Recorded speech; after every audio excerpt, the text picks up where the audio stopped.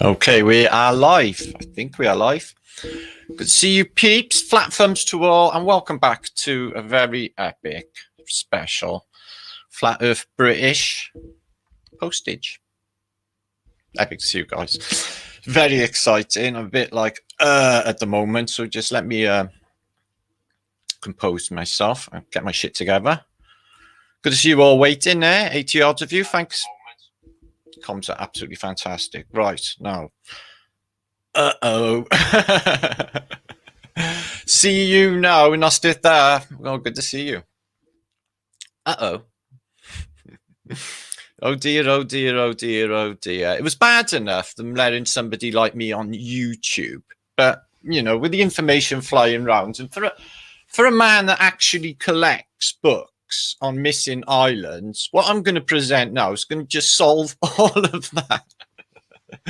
Phantom Atlas and the Golden Atlas are two books all about anomalous lands that are on maps that are no longer there, that have been presented on Flat Earth British for the last 6 years, 1,000 maps, which we'll look at some now as well, some fantastic maps. Everything in this vlog is going to be fabulous, by the way.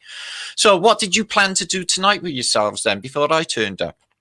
Well, you're spending an evening with Flat Earth British. I'm going to totally splatter your brains, guys. Now, as fantastical as all this may sound and seem, let's just imagine a new fantastical future, shall we? Now, having gone through all of this information and piecing it together concerning, as you can see the title, floating islands or floating earth, according to most mythos, this is indeed a thing that we could be on, some sort of floating archipelago of islands, whether some are at anchor or whether some are just lost at sea. You'd be incredibly surprised the amount of actual islands that are out there in the modern day that we can examine, so this shit's real. Okay, pump it up and let's decode the allegory that's been a mystery for so long that's about to be no longer a mystery, and then further splats along the way, and then a lot of the stuff that's been a mystery to us all in the last few years is about to make a whole lot of sense. Now, I've pumped this up, this hangout, on Flat Earth British Think Tank channel and Martin Lietzke's channel and Facebook for the first time ever. Because to my reckoning, I know it's bold to say, but I think this vlog has the potential to upturn current geology. Nay, break the whole fucking thing. So I'm going to go with it, okay? Well, just bear with me, okay? Now, there's going to be a lot in this post. We're going to have a fantastic time. We're going to have a giggle. I'm going to take you on one of those emotional roller coaster rides of fantastic splatness, along with stuff that may tickle you. Okay, you may find mildly amusing. Okay, so we're going to have a fun ride, and you know this shit goes down. Okay, let's stop the color. That's making me feel a little nauseous. Now. Dun, dun, dun.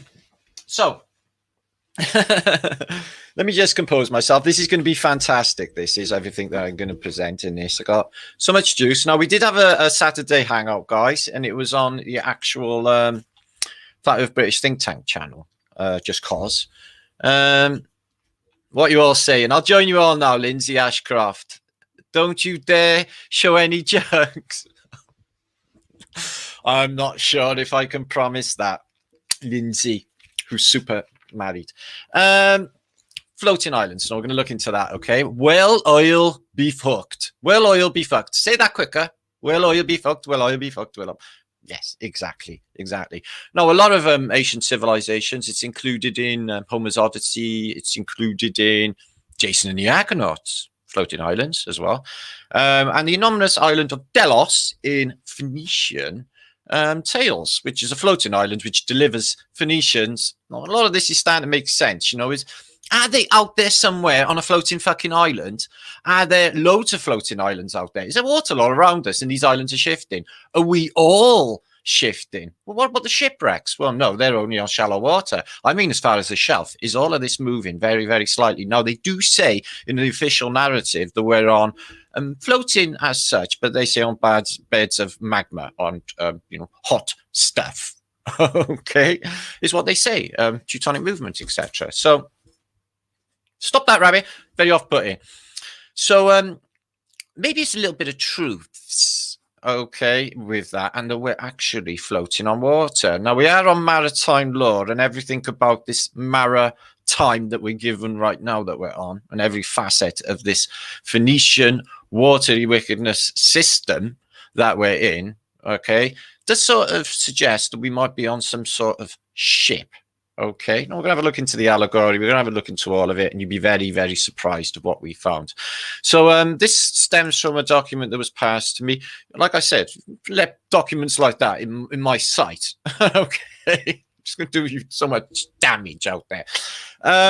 The Zuni Indian and a few other narratives for what they think this place is. And as a lot of you have mentioned in chat earlier, right in the back of a turtle, there's a lot of oral tradition in Native Americans saying, even the star forts are included in that narrative, aren't they? They came from the stars, or the star forts.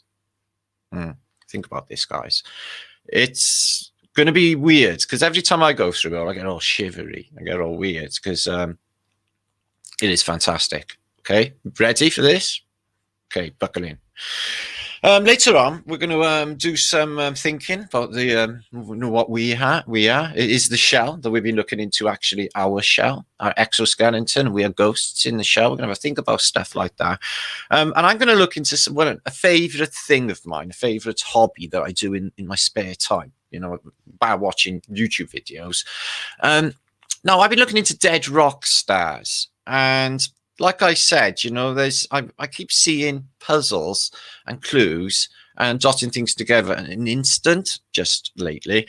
And it appears that all of these rock stars that have died in, modern or in the 1960s and 70s, Bon Scott, Keith Moon, Mama Cass, Jimi Hendrix, Jim Morrison, Janis Joplin. Do I need to go on? Hendrix. There's a code. And I stumbled upon it unless somebody knows about it before, but it's a definite. But I want to talk about little aspects of that, but one of my faves, because I think whatever affliction or syndrome this gentleman had, I think I've got the same. Keith Moon. Okay, we're going to think about Keith Moon, right? Because I still get a little bit like, fucking Keith, he was such a cutty sort of lovable person as well, apart from him being proper mental. We're going to think about dreams as well. Now, I'm getting like 3 emails in the last 2 or 3 days. People see me in their dreams. Okay, not that that's spooky or anything. I'm just saying, it's all like nothing dirty going on. No, I don't hope. Just like narratives, like historical narratives and stuff, with me included. Check this mud flooded window up, Matt, and stuff like that. It's all very weird. So, floats. Is this why the Phoenicians have floats by any chance? This is why all of their statues, and you're going to see, and everything that they do in their antiquities, are all on islands, and you see that it's like floating islands, and they're all in water surrounded. And the fountains, what are the fountains? But little islands surrounded by water.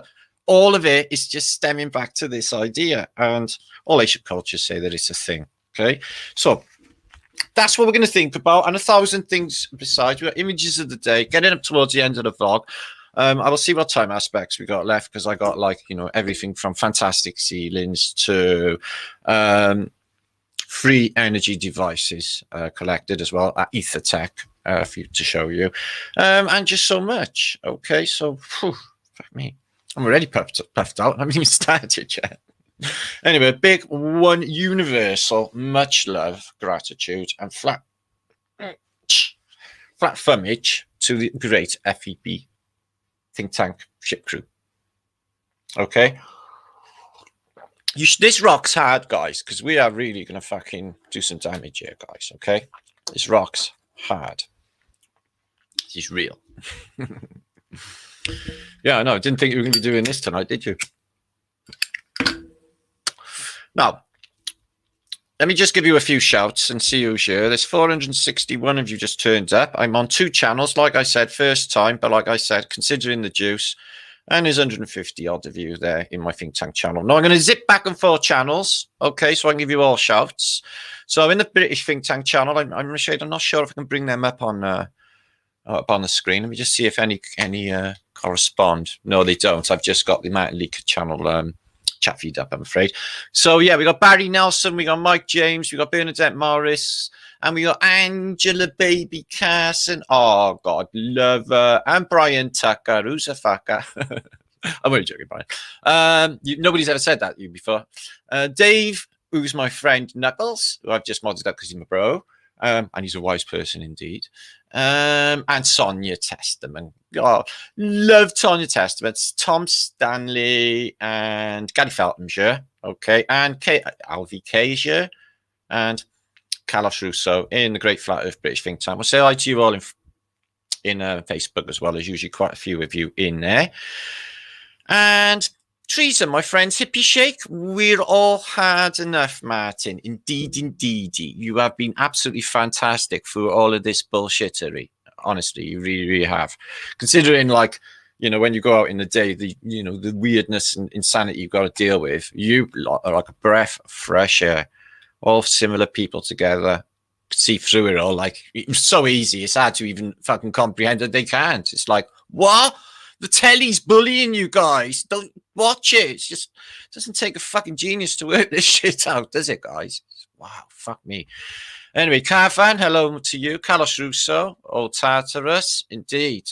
Waters below, brother. Now, I know they say there's lava and stuff below, okay, but I'm thinking about, like, is the water table, but I'm thinking below that, okay? Now, if you imagine, like, the tip of the iceberg, the land masses, but underneath they go infinitely deep, you know, like a big flimp, yeah, floating in a, you know, deeper, if you want, ocean. But they do say waters above and waters below. Okay, so we'll have a look at aspects that we could be in some sort of archipelago. I'm moving islands all around. Squirrel Sniper and the lovely girl from Anatolia. Oh, we got Anatolia on an old map later you might enjoy. That's good to see you. Ooh, my very favorite jazz soldier, who is Mel. Valley Siak, she's saying hi to. Hi, Mileage. Kanzi Ku. I finally got to finish the Holy Grail of the Flat Earth. So good. Oh, I'm so pleased. Thank you very much for that. Yeah, we'll talk about my new exciting book that was out last week on Kindle. I'm out in a physical copy very, very soon. The Holy Grail of the Great Reset. Nailed it on the title, guys. What's it about? Take a wild guess. Anyway, Legion Freeman, good to see you. I am human, and it is Mel. Okay, brings massive love and vibration to this entire community. Laura C, and I have fairies and Peter and lovely. Oh, Jackie, very strange clouds, weird as fuck. Don't worry, everyone's noticing. I'm getting them sent over from America land too. Everyone's saying, "Look at these clouds. Check these out, man." Lindsay, and there, she sent me crazy clouds full of fucking faces. I was like, yeah. So I checked them out. So classic Alpha Billy and Rebecca. Oh, and lovely Valerie's here too. Son of Overlook, my brother. I have fairies. I just said that. Experimental, elemental. Brian, talking about Brian. My Brian's about to explode all over you. I'm just doing Brian spludge all over you. Okay, you ready for this? Well, let's just get stuck in because this might take a little while. Now, some of the maps and everything I got to present, like especially including these rare, if you like, because you want to see these before, Azimuth like distant maps with huge clueage. Now, a lot of pennies are going to start to drop along this journey, so do buckle in. It's going to be a fantastic ride. I can't wait. Make sure to share this show out, okay? And let's get stuck in. Okay, now I live in Wales. And Wales sounds like Wales, doesn't it? And then I got to think, and then I was trying to work out the deeper connotations with the ever mysterious underlying motive and reason for the book Moby Dick. And then the pennies started to drop one by fucking one. Now, I don't think I'm off here, and I don't think this is a fake narrative. I think this could be the solution to a lot of the answers for the weird mysteriousness of this flat plane that we find ourselves on, guys. Okay? Just roll with it, okay? You gotta roll with it. Okay, now, Have fun, buckle in. We're going to have some funny times later. I may show you stuff. It may not. It won't have jokes or anything in it. It'll all be good, clean fun. Might have jokes in it. Not sure. Anyway, okay. So we're going to look at this. You see this image that we have seen on Flat Earth British a few times over the years. And what you see is Saint Brendan, the Irish monkage, and his voyage, apparently, well, the narrative is in the mid first century AD, which doesn't, around 525 AD, which in my Brian doesn't exist. And it doesn't exist because in this depiction, they're all Jesuits, and the Jesuits and all that came around, post-Renaissance. So it's later, isn't it? Anyway, so Brendan, okay, the Irishman from Kerry, decides to stick 14 monkages in a ship, according to the narrative, although they are very sketchy because it was such an early time, and apparently find America and Atlantis and other places. Now, what you find is St. Brendan, okay, who's on the back of a giant whale, which looks a bit mechanical, and the ship's on the back of the whale, almost like an island whale, like that is on my thumbnail. And St. Brandano, this giant island chair, because obviously this is Africa, and this is Iberian Peninsula, and this is the Straits of Gibraltar, and the Fortunate Islands, which is the original name for the Canary Islands. So that's not the Azores, because that would be over west, 1,000 miles or so. So this doesn't exist anymore. Is it a floating island? And another question. He went out off on his explorings from Ireland, did old Brendan. Fantastic story, but very sketchy because it comes through different different narratives, which because I said like the early narrative, this very, very sketchy. He's on his way back from America, isn't he? He's just entering, not exiting. So, what's going on exactly? Did he, did the Phoenicians, and this is how, big question is, how did they find their way here? Did they just turn up in ships? What if they turned up on islands and then launched from there? No, I know it sounds fantastical. No, guys, it's a fucking real thing. You get them today. I'm not even joking. People live on them. Check these out. Floating islands, right?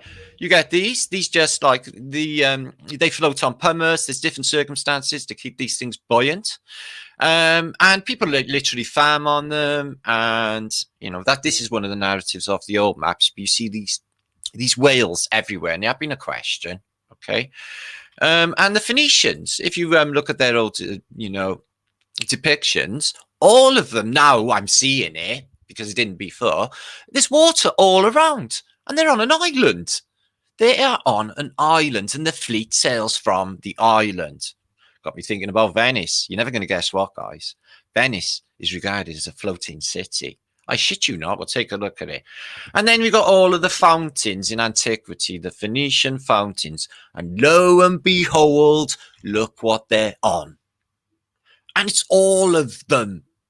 All of them are on an island surrounded by water.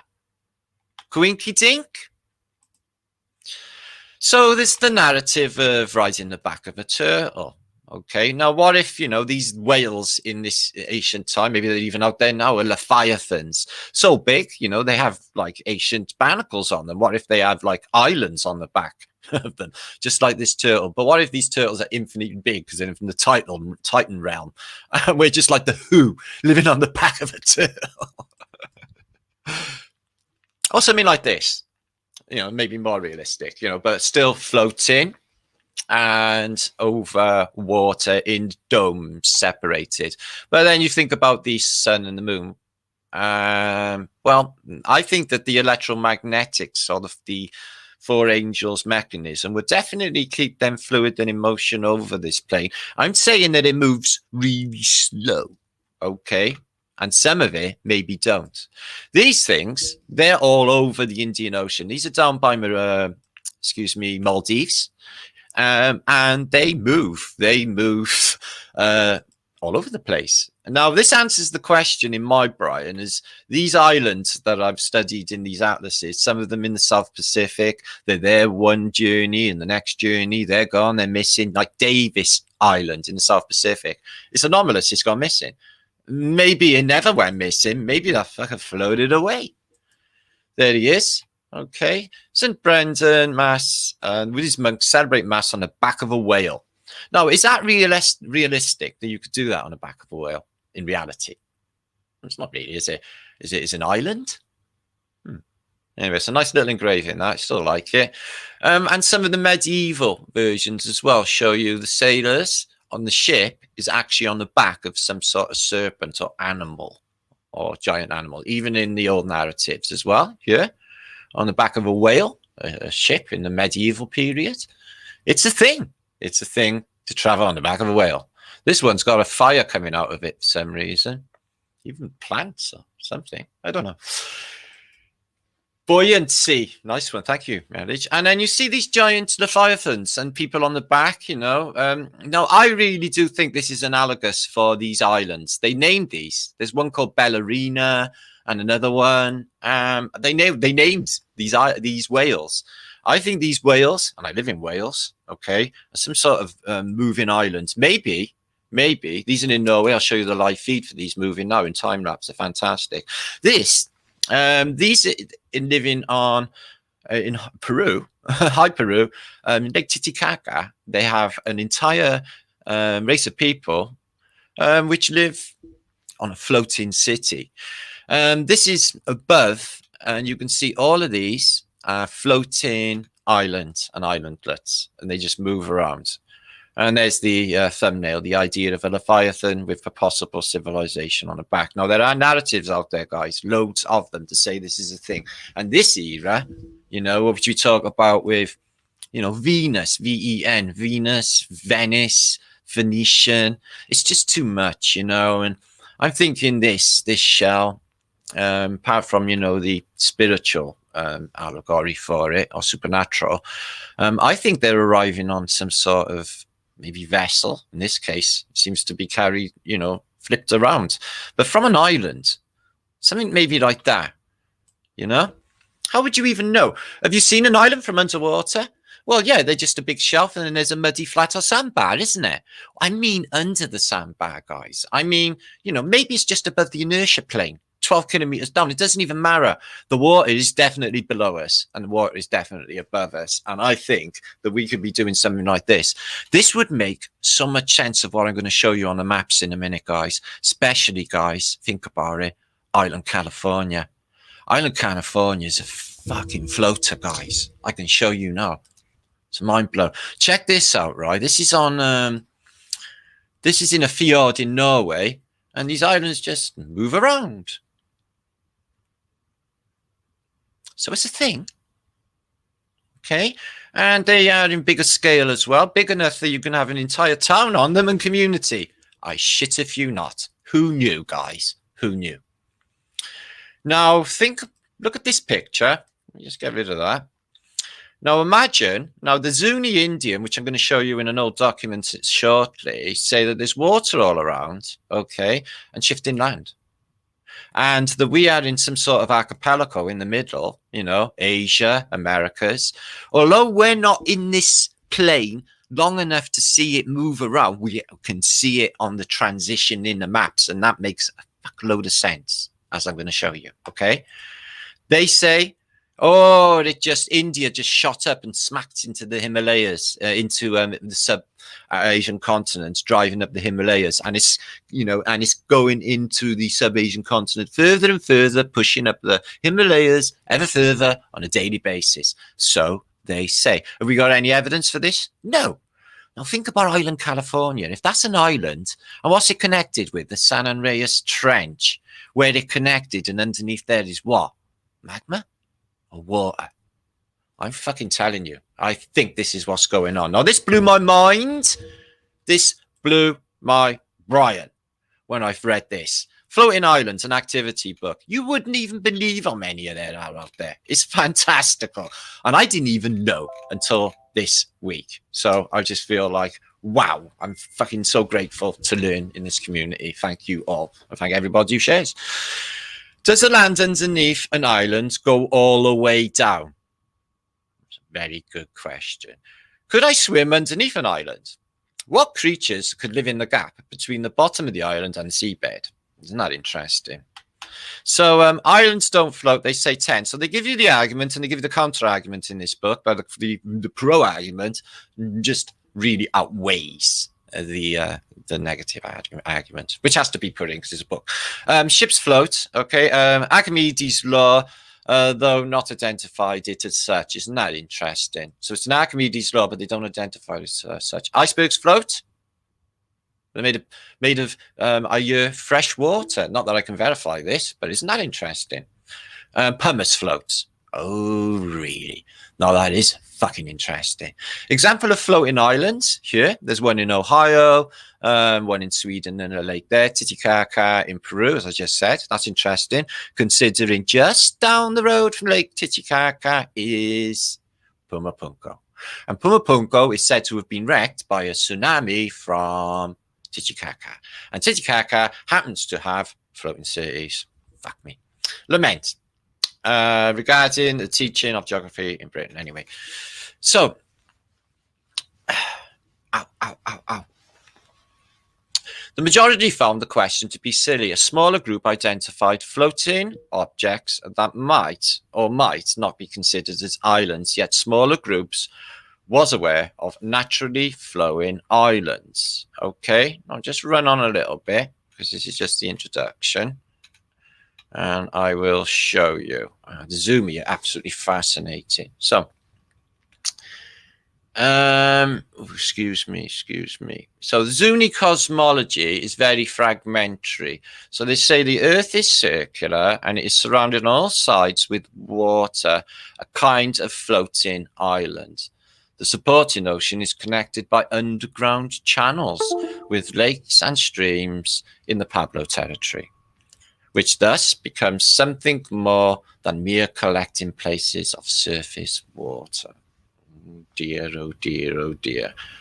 Seemingly unrelated papers reveal the perceptual tie between subterranean streams and floating islands. Two visions residing in adjacent cubbyholes of our imagination, moving from one to the other is organic. Okay, that's the counter argument. So there's a book here as well. This is, I can give you this link for this book, and it will give you, like, the clues are just unimaginable. I had no idea. Jason and the Argonauts.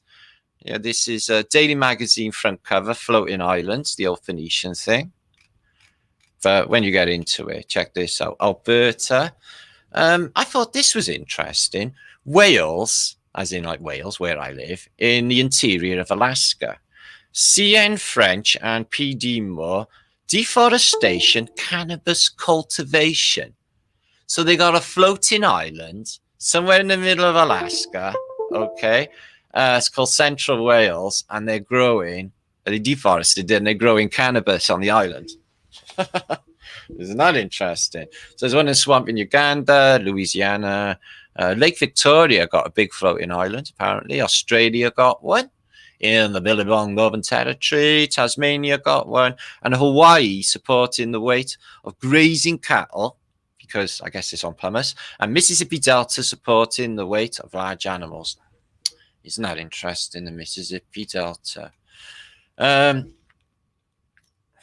As it's well to be aware of phenomena somewhat beyond the criteria, however, we'll have a bit of say about how much less substantial floatants as lily pads, surface tension supports, sand, grain, and the like. So that is very interesting about the surface tension bit, but we're thinking icebergs, the tip of, and these things are infinitely big.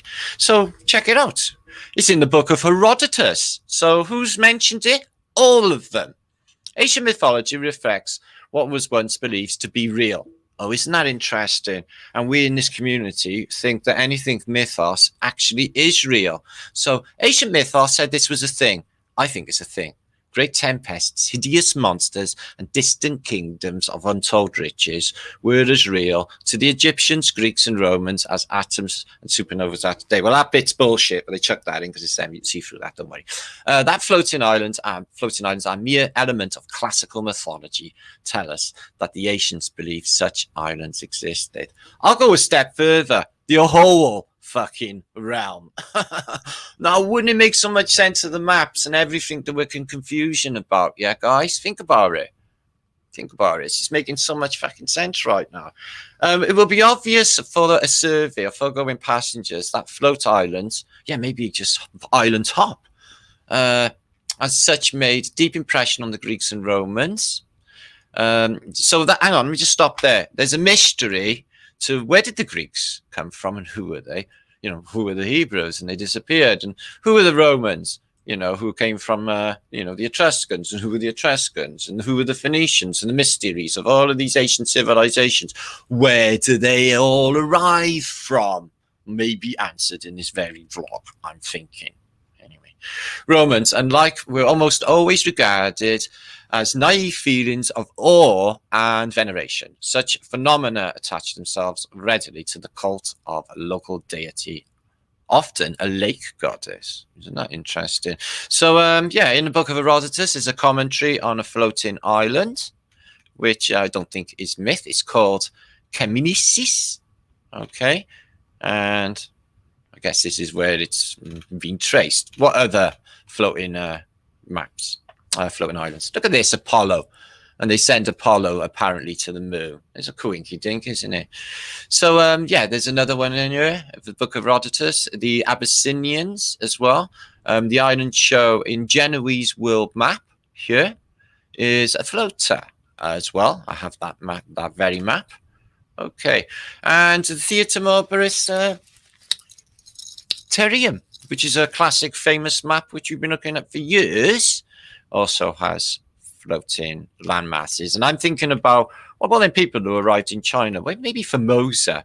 Maybe Formosa, because it's maybe on some maps and it's not on others. Maybe it's not Taiwan. Maybe this thing was a floater. And it explains 1,000 different land masses, which are in my books beside me right now.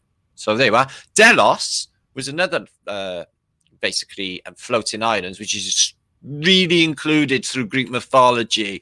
It's also in Homers Iliad, Odyssey, excuse me, and also in Greek mythology. Pliny's talked about it in Naturalis Historia, which we've covered, and Ovid's Metamorphosis, which I think is a massive clue because of COVID. Don't know. It says see Ovid. It says see Ovid for the clues. And this is a puzzle, and it's all coming together. Delos, now held in place by solid earth, now it is, just like Venice, once floated in the purple sea, and as the wind urged, moved lightly here and there, tossed about by waves. Now, isn't that interesting that now it's on solid earth? So maybe at first they float in, and then they just flop down. So in Ovid's Metamorphosis, there's a wander in Delos, which is included in all of the narratives for Greek mythology, including Jason and the Argonauts, the Clashing Rocks as well. So the Clashing Rocks here in Jason and the Argonauts are also moving because of this mortals call them the Turning Point Islands. Turning Point Islands. You know, I'm getting a distinct feeling by this vlog that we can actually get out of here, you know, guys. I really, really am getting a strong feeling right now that we can get out of here. Which before they called floaters. Floaters. Floaters. So it's a thing through all antiquity, guys. Here again. Going to crew feared collisions into crashing waves and these moving. We've seen these in images before, and they're thought to be the gap between, you know, Asian side and the European side in the Dardanelles, in the Bosphorus, where Istanbul or Constantinople is today. What other narratives have they got? So right through the classics, and there's another one there, the Strapophades. 2 islandlets off Greek Ionian coast appeared as well. So they move about. And there's one off the coast of Sicily as well, included in Homers Odyssey. So we came to floating island of Iolia, where Aeolus lives. The tale itself makes no further mention of flotation. That perceives Aeolus is, as yet, Alexandra's Pope's translation. I don't know what that who he is. But yeah, so Iolia is also a floating. I have actually heard of that one, and it's in Homers Odyssey. And it mentions Hyperboreum, sure. I think this is the clue with these floating lands, and everything's just not where it was in a little while ago, like hundreds of years ago. While the Bible mentions no floating islands, when it wouldn't.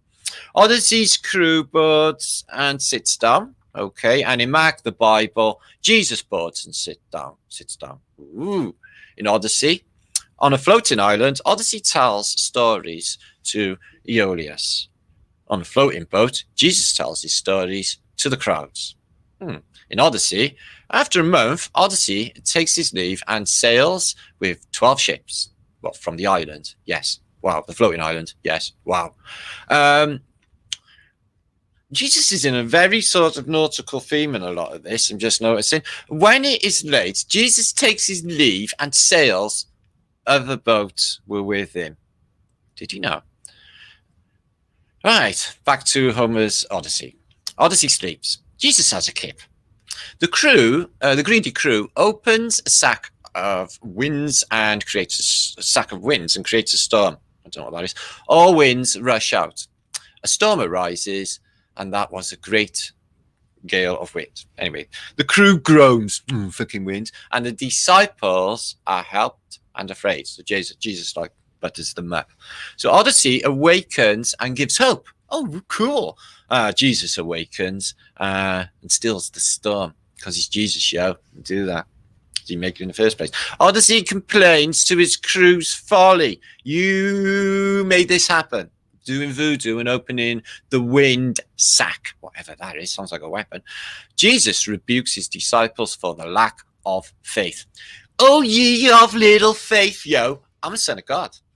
Aeolus is master of the winds. Jesus is master of winds and sea. Wow, wow, wow, wow, wow, wow, wow, wow, wow, wow. Fancy that.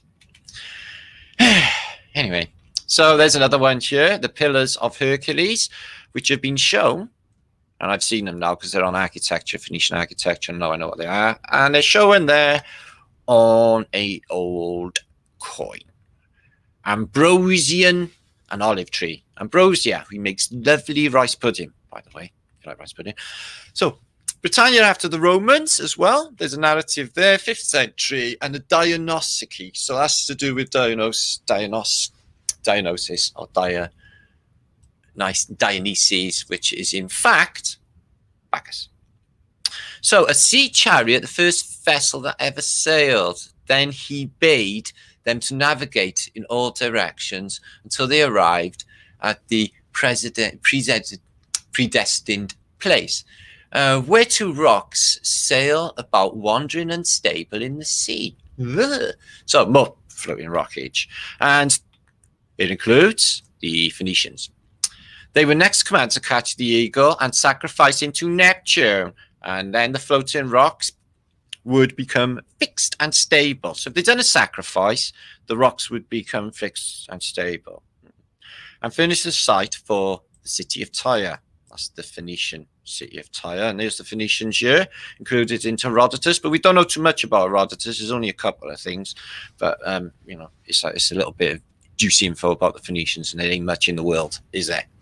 I reckon Flat Earth British got more information than anyone about Phoenicians. And because I wanted to know more about it, I made a voyage to Tyre in Phoenicia, because I had been told that the place there has a holy temple of Hercules, and the sanctuary was richly furnished, and there were many votive offerings. And I noticed two pillars, one of pure gold and one of emerald stone, and such size to shine by night. Isn't that interesting?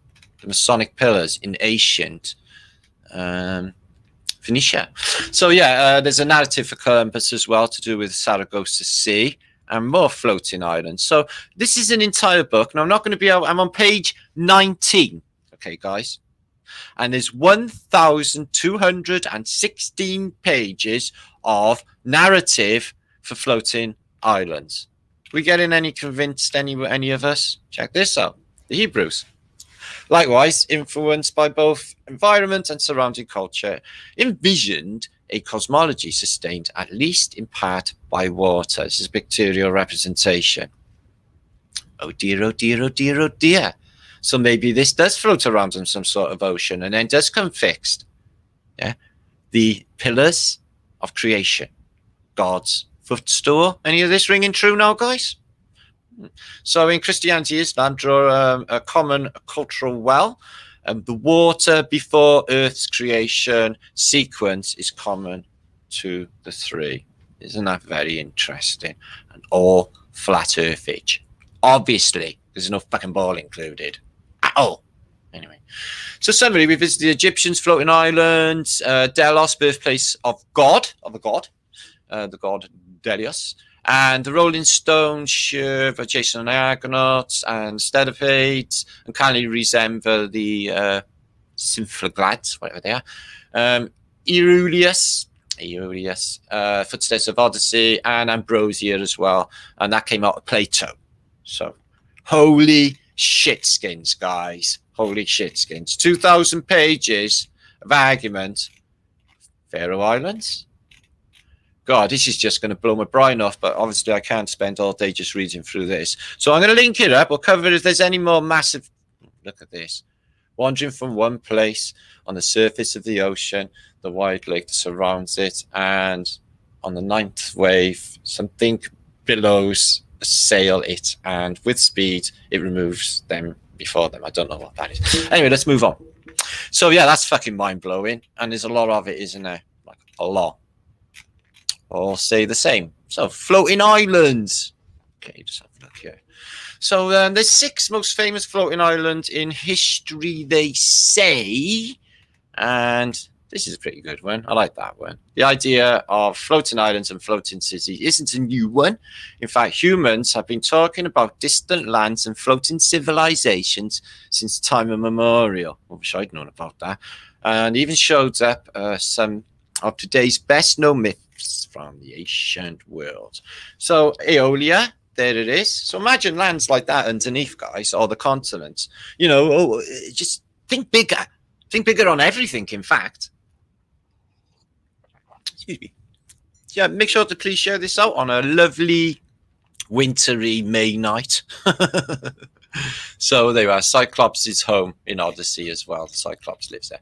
And there's them Symphlogades as well, which we just talked about, a depiction, and the mythical kingdom of the eternal goddess, Thena Nog, is also, don't like that globe in the background, Irish mythology. And Atlantis, I guess that could make a lot of sense as well. Planeti is dangerous waters of roving deadly rocks. So there's another narrative as well there of floating islands. And dancing islands in Pliny the Elder's natural history, which we just mentioned, and great lost civilizations in abundance. No explanation of ancient floating islands could be complete without Atlantis. So yeah, it could be floating, and it could have floated the fuck off. In fact, they could have been all on a floating landmass right now. In fact, that's what it could be all about, as we'll find out now when we look at the maps. Ka-ching. So yeah, this is interesting about old Brendan shooting off. He's a navigator. He's an early navigator. You know, halfway through the 1st century AD, that was a bit sinister. Bring that over 1,000 years, 15th century, I would say. Yeah, post-flood, coming in, Phoenicians taking over Tartaria, whatever. Maybe late 1400s. It's a bit later than that. See, globe came around only a couple of years before 1492. Was never in existence before then. Okay, it was just, it's brought in by the Jesuits, and it's all new. So the Canary Islands there he went there to the Canaries, and there's one in a lake in India as well. Borneo has them, 8 floating islands, largest more than 7 acres. So 7 acres, you can have a little civilization on there. So you can imagine, can you? Put our land maps or azimuth equidistant in a circle like this. Water all around. Who knows what else? And we're moving. Maybe that's why we have never had the moon in the past. Maybe we moved away from it. Maybe we move into a new sun. Maybe we move into... I don't even know. Just so many thoughts, so many questions. My head is spinning. Oh, my Brian. Fuck me, my Brian. So, is Venice floating? Fuck yeah. How was Venice built? Venice was widely known as the floating city, and it's the Phoenician city. Penny starting to drop. As a building seems to be rising straight out of the water. The city was constructed on a swampy area, so they say, made up over hundreds of small islands of marshlands. They do say it's all on stilts, like wooden stilts, yeah? 118 islands, and then it just basically vegetated in between the islands, and then it became, you know, sustainable. But like, what? Huh? Floating island, maybe two. Came in and coupled together. So yeah, that answers why that is all full of water and a bit of a mystery. And the Phoenicians, and it's got their name, the Venetians, and Venus rising from the water. Venus, Phoenicians. Mercury, Lucifer, them. This is fantastic. This is an old collection of maps. So it's America, being the latest and most accurate description of the New World. It gives you both Americas, and it's from 1671. Okay, guys, 1671. So, going on what we just talked about. Imagine California is the island of California, which posed 1,000 questions, okay, is a floater. And it's all mapped and it looks like a floater. And then somewhere in the recent past, it's done that thing they just mentioned when it muddied up and connected up to, you know, wherever, Washington and Oregon and up to Alaska up here, which is not even, you know, is this a coast? You see what I mean, guys? There must have been a giant mud flood in this area, which it is, because I read anything sort of west of Portland, they say is mud flats anyway in Oregon. So, and it would explain a lot of the anomalous stuff that's going on down here as well. And we have got a few Great Lakes in the 1600s year, but you don't get in other maps for the same era. So. Don't know what this is up here. Greenland seems pretty much in place. So yeah, I think Island California could have been a floater, and this would explain where High Brazil has gotten to, because that's supposed to be off the coast of West Africa. Excuse me, west of Ireland. Where did that come from? But there's supposed to be islands off of West Africa too. I don't remember the name of them. So yeah, this is giving you a description verbally as well. But we want to get to some of the maps, don't we? So, I think it's a thing. If it's a myth, it's a thing. Anyway, I'm going to piss around waiting for that to load. That's a fucking job. We got these to show you, see? Check this out. So, this is around the same era that I just showed you. And it's Azimuth equidistant Jesuit map. And it shows you cluage concerning what we just talked about. But check this out, yeah. You got like a Jesus dude carrying his own cross, a bit premature, isn't he? Maybe he's not Jesus dude. Anyway. Somewhere over the rainbow, a resetting ball is launched. Electica. So yeah, he's got he's riding a ball, yeah, under a rainbow. So the Queen did a speech today. Yeah, she's apparently not dead. She's not grieving either. She's not doing like dressing black for fucking 50 years like Queen Victoria. So she seems all right. You know, she managed to read, you know, really coherently for a lady of her age. It was fucking fascinating. Most people are just demented and dribbling at that age. But anyway, sinister. They said we're going to take care of everyone. Like this is happening. Like there's the cattle and the sheep. Yeah, get the sheep in there. We're going to take care of everyone, and we might have to tweak. I thought, well, there's a very fucking futuristic word for the old queenage, isn't it? Tweak the vaccine. So they're going to tweak the experimental vaccines. What? You mean nano fucking bot them? And then she's banging on about 5G. Oh, well, that'll go nicely with the fucking 5G, won't it? Program our asses, do whatever you fucking want, mind control, everything. The whole schmoly, blow us up in our fucking chairs. Bastards. Anyway, something's going to be done very, very soon. So anyway, let's have a look. There's nothing there as in the way of Hyperborean, but Spitsbergen doesn't look like that. It's not a landmass. Spitsbergen's a collection of islands somewhere by here. Okay. It's got Ionia. Okay, I've got maps of Ionia. That's not supposed to be there, so that's no longer there. Spitsbergen's looks like basically the Falklands. It's two island masses, not one big land mass. So this is just really anomalous. But Island California here, it says Island California, Faun, the Phoenicians. It's the Californian fucking ships, and I'm telling you what, they're rubbing our faces in it with Los Angeles, the city of angels, guys. And I think, the whole thing with, Red Hot Chili Peppers, Dream of Californication, yeah, it's because the Phoenicians arrived on this fucking thing, this island, from wherever. Why not? And these whales are here as well. There's something going on with the tropics as well, guys. Yeah, something just become apparent, and they're not there, but they say something else going on. I gotta get my head around it all. Anyway, if anyone is going to get the map for this place, it's going to be me. They should never have let me near all of this stuff. They were fucking asking for it, letting someone like me near maps and history things. It's no fault, unless it was deliberate. I don't know. But anyway, it could really upset the apple cart with it all. This is a 15 or I-597 map, similar to the Urbano Monte map, but it's not. But it is similar, and it's beautiful. Now, I've shown you that there's land all around. So what if, and countless archipelagos that are no longer there, which we've always talked about. And there's people living down there, dragons, cryptids, and this landmass maybe moving. We could just be a small little archipelago in a whole big fucking place, guys, I'm saying. Yeah. And yeah, still with it though. Just fucking experimental ponds, maybe a prison. Maybe we were just really, really annoying. Yeah, because I'm not being funny. Really, really annoying at times, aren't we, people? So, maybe it was a case of that.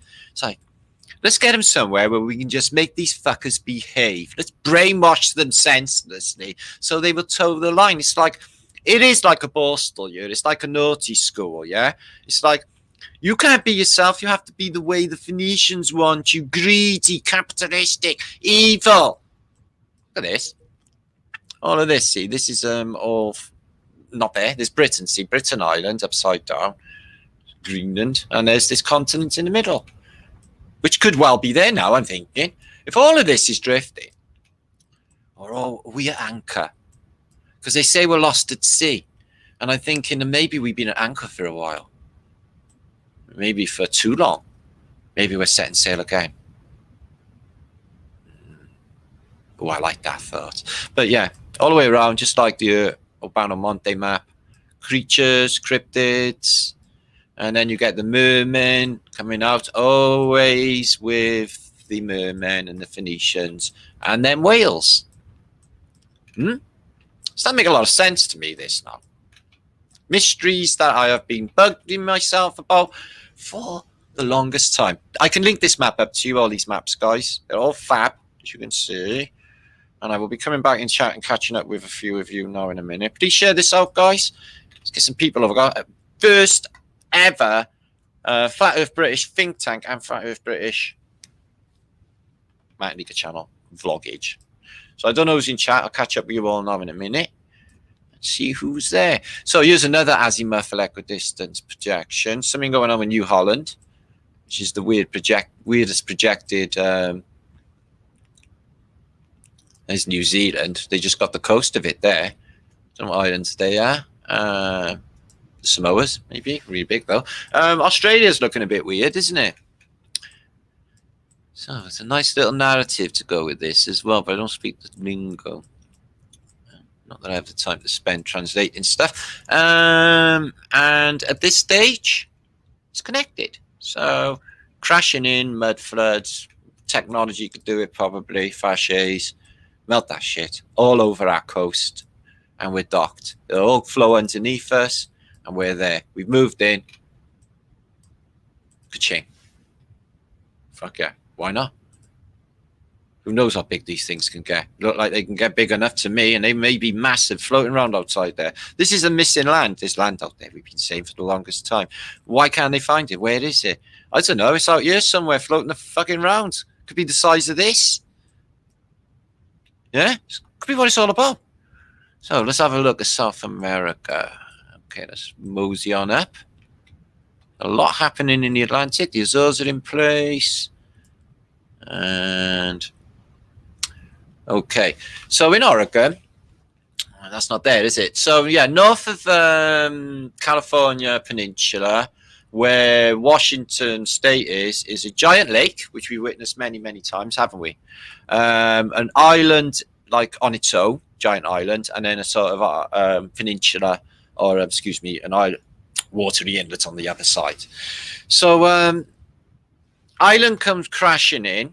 They say it's the San Andreas fault line, and they blame, you know, earthquakes. At this stage of the game, I don't think any of these natural disasters or natural things are fucking natural, or any of this place. Yeah, so that's Washington and Oregon here. Alaska's up by here. So that would have filled with mud. Must have done. And we've seen this before, and there's loads of islands in there. So this could have been a delivery. So the Phoenicians, like California, and islands in port, you know. It's like named after a port, guys. Cluage. Anyway, let's have another look. What are all these?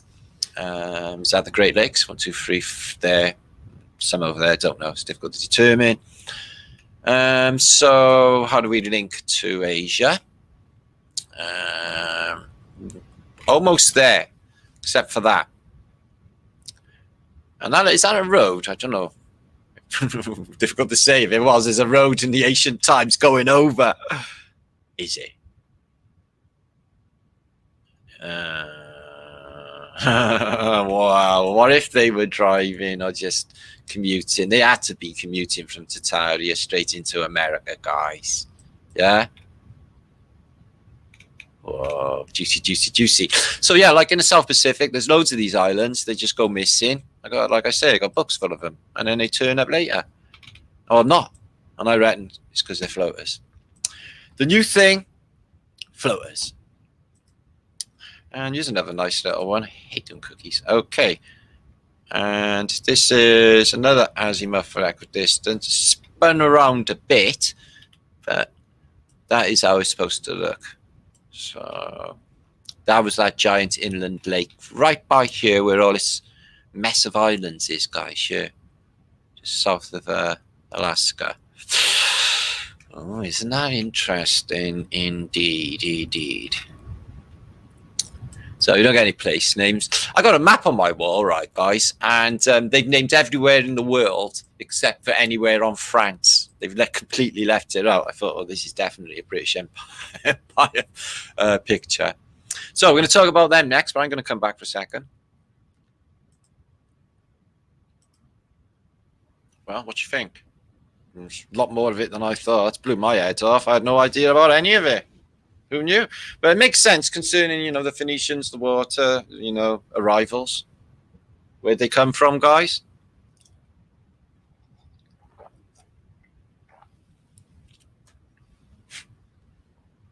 It's a good counter-argument for geology, don't you think, guys? I think this has got as much juice as what their current geological model has. Don't you, guys? There's Lee, Flat Earth British Subbage. He just arrived in the house. Good to see you, my brother. Much love and fantasticness to the epicness that is Flat Earth British. Yeah, I know, Lee. I know. Don't even say it. Don't even say it. Don't even think it at me. Don't think of me. Stop thinking. Okay.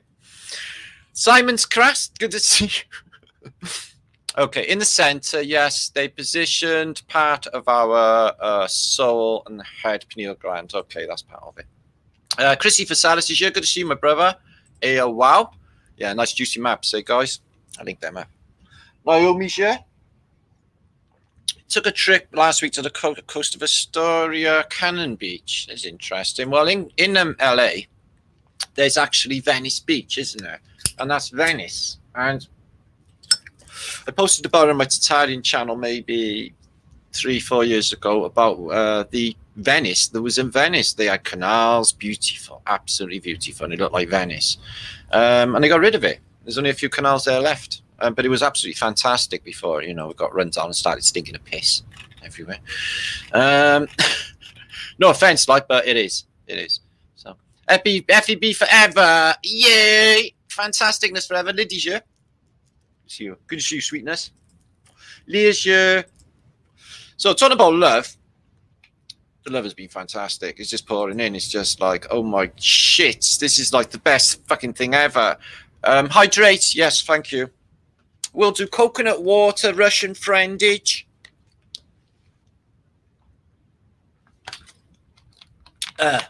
I do. I like literally dehydrate my brain in 3 hours of these vlogs, and coffee do not rehydrate you guys. Makes you fucking worse. So let's Stone Diary. In Kiev, it's Venice Island. Oh, thank you for that one. I forgot about that one. Thank you, Harry.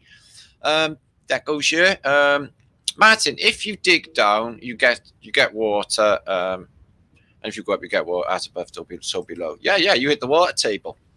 And you know, I was thinking, you know, they say that the continents are on rafts anyway in the official narrative, but they say floating on magma and hot stuff, which we can't verify. They come out at certain points, which got volcanicity, etc. Yeah, could be mining spoil, just heating up. All we know.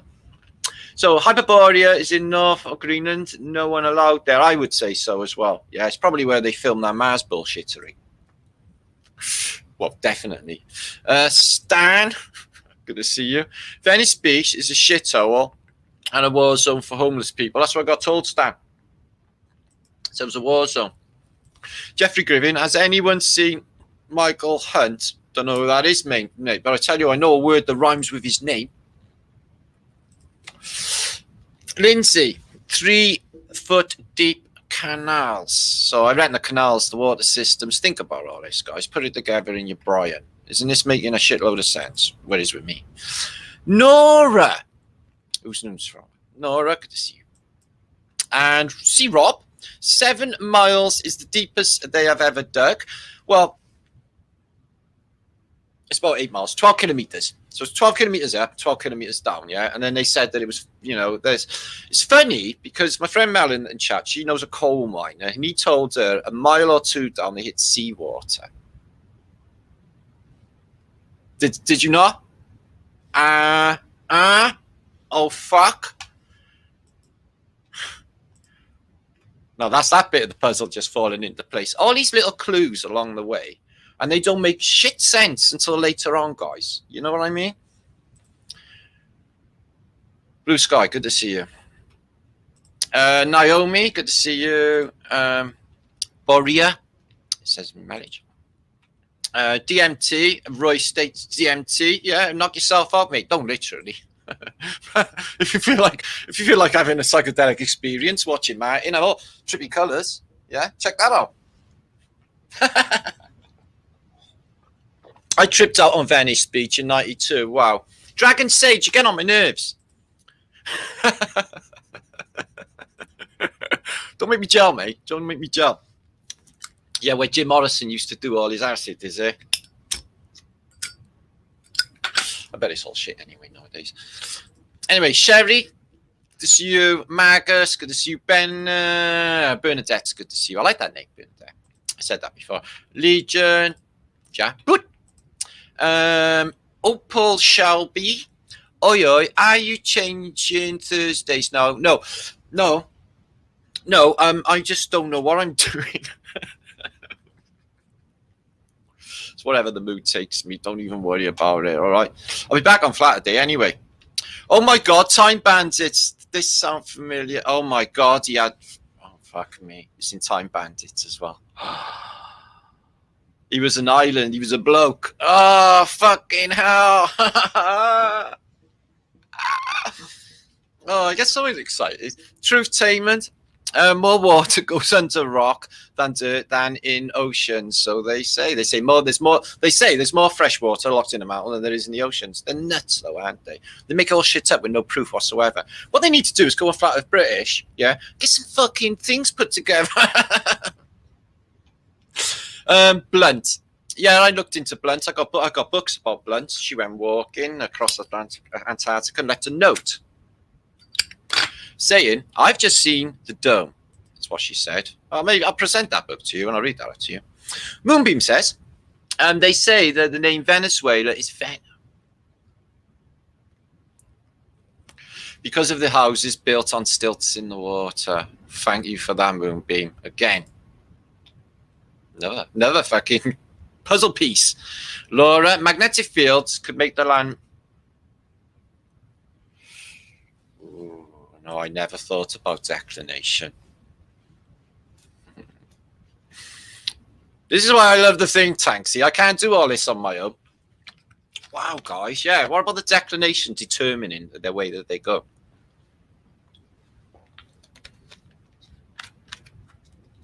If you had the magnetic maps and the real declination, you could find out where they were. Denise Max, retro. I say really trippy shit. And I get all shivery and think, why the fuck did you just say that, Matt? But we have got the potential to upturn current geology. There's no way this is not a valid argument for what they say. And mythos is reality, as we know. Big stuff, big stuff. Tracy Reed, Slim Pickens, Brian Evans, Pete Swanson, Bernie again, and show me Sasquatch, shake it. Shake it. Shake a tail feather. Baby, shake a tail feather.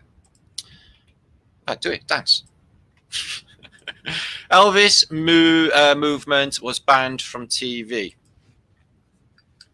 Don't know. Do you know, I used to like John Lennon. You know, I used to really like John Lennon, you know.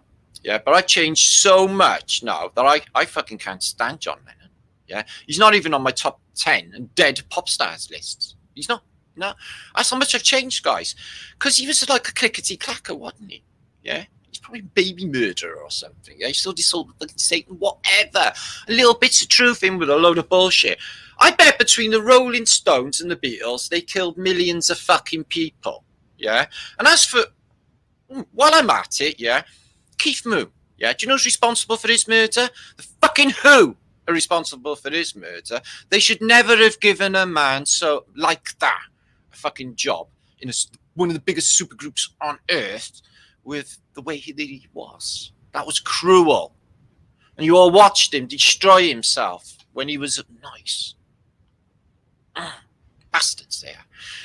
Vibration and mud. Well, that would have caused it. And that's in the narrative as well. That's in the narrative I found as well. Maybe a bit later. I can't remember now. Digging in the dirt, digging the shirt. Yeah, man. It's Paisley. And it's a little bit of trippiness and psychedelia for flat earth British vloggage. Okay, that's what we're doing. Cat Dodd, I thought I said Ken. Don't get me with your tickling stick. And then that would explain how Carl Johnson ended up in the South Pole. Carl Jensen floated there. Sticks is there. Says show me Sasquatch, I've said that. And Mayor Purple is your higher. Good to see you, Jaxie. For Paul. Well, I'm going to talk a little bit about dead pop stars and things because the truth is, guys, I've always been a good detective, right? I missed my vocation. If they wouldn't have been corrupt, evil motherfuckers, I probably would have been like the best murder detective out there, yeah? Because I got like analytic skills and intuition. And I can see a liar a fucking mile away. And with this that I've been looking into, with this poor fucking Keith Moon business, I know exactly what happened. And I know exactly who done him and all. And I do. In my brain, without a shadow of a doubt, it is. But nobody else can see it except me. But I can't, you know, I can't prove it. You know. I'm telling you, so many crimes out there against people, and you know, you piece them together and you can solve them, and you think, wow, Spectre Martin. No, really, could have been a good detective. Anyway, let's move on. Next is we're going to talk about these fucking fantastic circular cities. Now, think of Atlantis. In fact, nay, think about the Hyperborean with Mount Meru in the center. Now, these are all over the plane. Okay, I'm going to show them to you now. They are fucking brilliant, they are. And, excuse me. Here, circular cities. Now, this one is in Iran. And they say, believe it or not, right?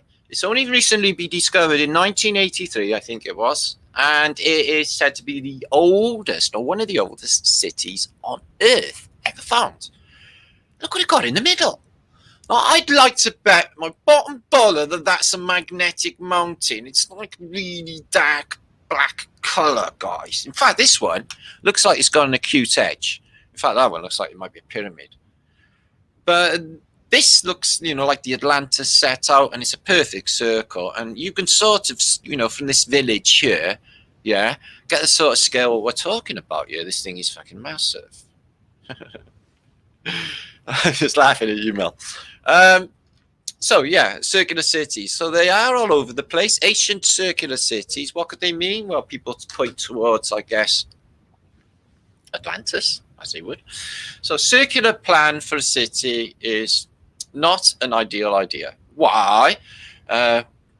We have still ruins of circular cities on the, I'm not going to say that word. So there's one at Ankara here, in 1987. I could get that right. I know, and it's in the Slavic town in Russia, okay? Situated on the steppe of southern Europe. So isn't that interesting location, especially with Tartaria? And it looks like the base for the Tower of Babel also. So Iran's first circular, Darabgad historical city, considered one of the oldest cities in Iran. So that was the one I just showed you, actually. I don't know when the data they discovered that. Excuse me, I thought it was 86. That's the other one. But anyway, so this is the oldest city. So it's Darabgad, okay, and Kuhingu, okay, is another one in Brazil. Now this one's interesting because it was discovered really recently in the Amazon. So an archaeological site located in Brazil, okay, and it's quite remote as well. And it's only recently been found. I mean, the last time they went there was 1925, looking for what they called City Z, guys. And remember, there's all of these mystical places like. But in this case, El Dorado, the city of gold they went in search for in some narratives in this place. So the philosopher Plato, who laid foundations for Western philosophy and science, has mentioned already circular city, describing as the lost Atlantis. Just like that. Well, I find it uncanny that one has got that mountain smack in the center. Yeah, is this the original walled enclosure for the Garden of Eden that we see on the depictions? It's got a wall around it, a mountain. All you need is a lake. Interesting, eh? Dun, dun, dun. Cluage. Right, let's move on. Right, this was a weird video, but it is really good. If you ever run out of water and it's Armageddon, if you are going to, you won't be my friend anymore if you're going to hurt a tree or cut a tree. But if it was Armageddon, there was an oak around, you could put a plug in as long as you seal it, and you can run off this much water. Now, what's happening here is there's two murdering motherfuckers, and they're murdering a tree with a chainsaw. Yeah, he looks like a prick as well, don't he? And it doesn't kick back and accidentally chop his fucking arm off like it should, but, calm as a bitch later on. That there is ancient rain. That's trees 100-year-olds, probably hundreds of years, maybe two. It's a bigger fucking old oak, and some of that is pure, clean tree water, and a lot of it too. But it's the tree bleeding, and it makes me want to cry. Makes me want to fuck them two up royally. Good job I don't walk past. They'd be right fucking shit. Stick that chainsaw up your fucking ass, mate. That looked funny, wouldn't it?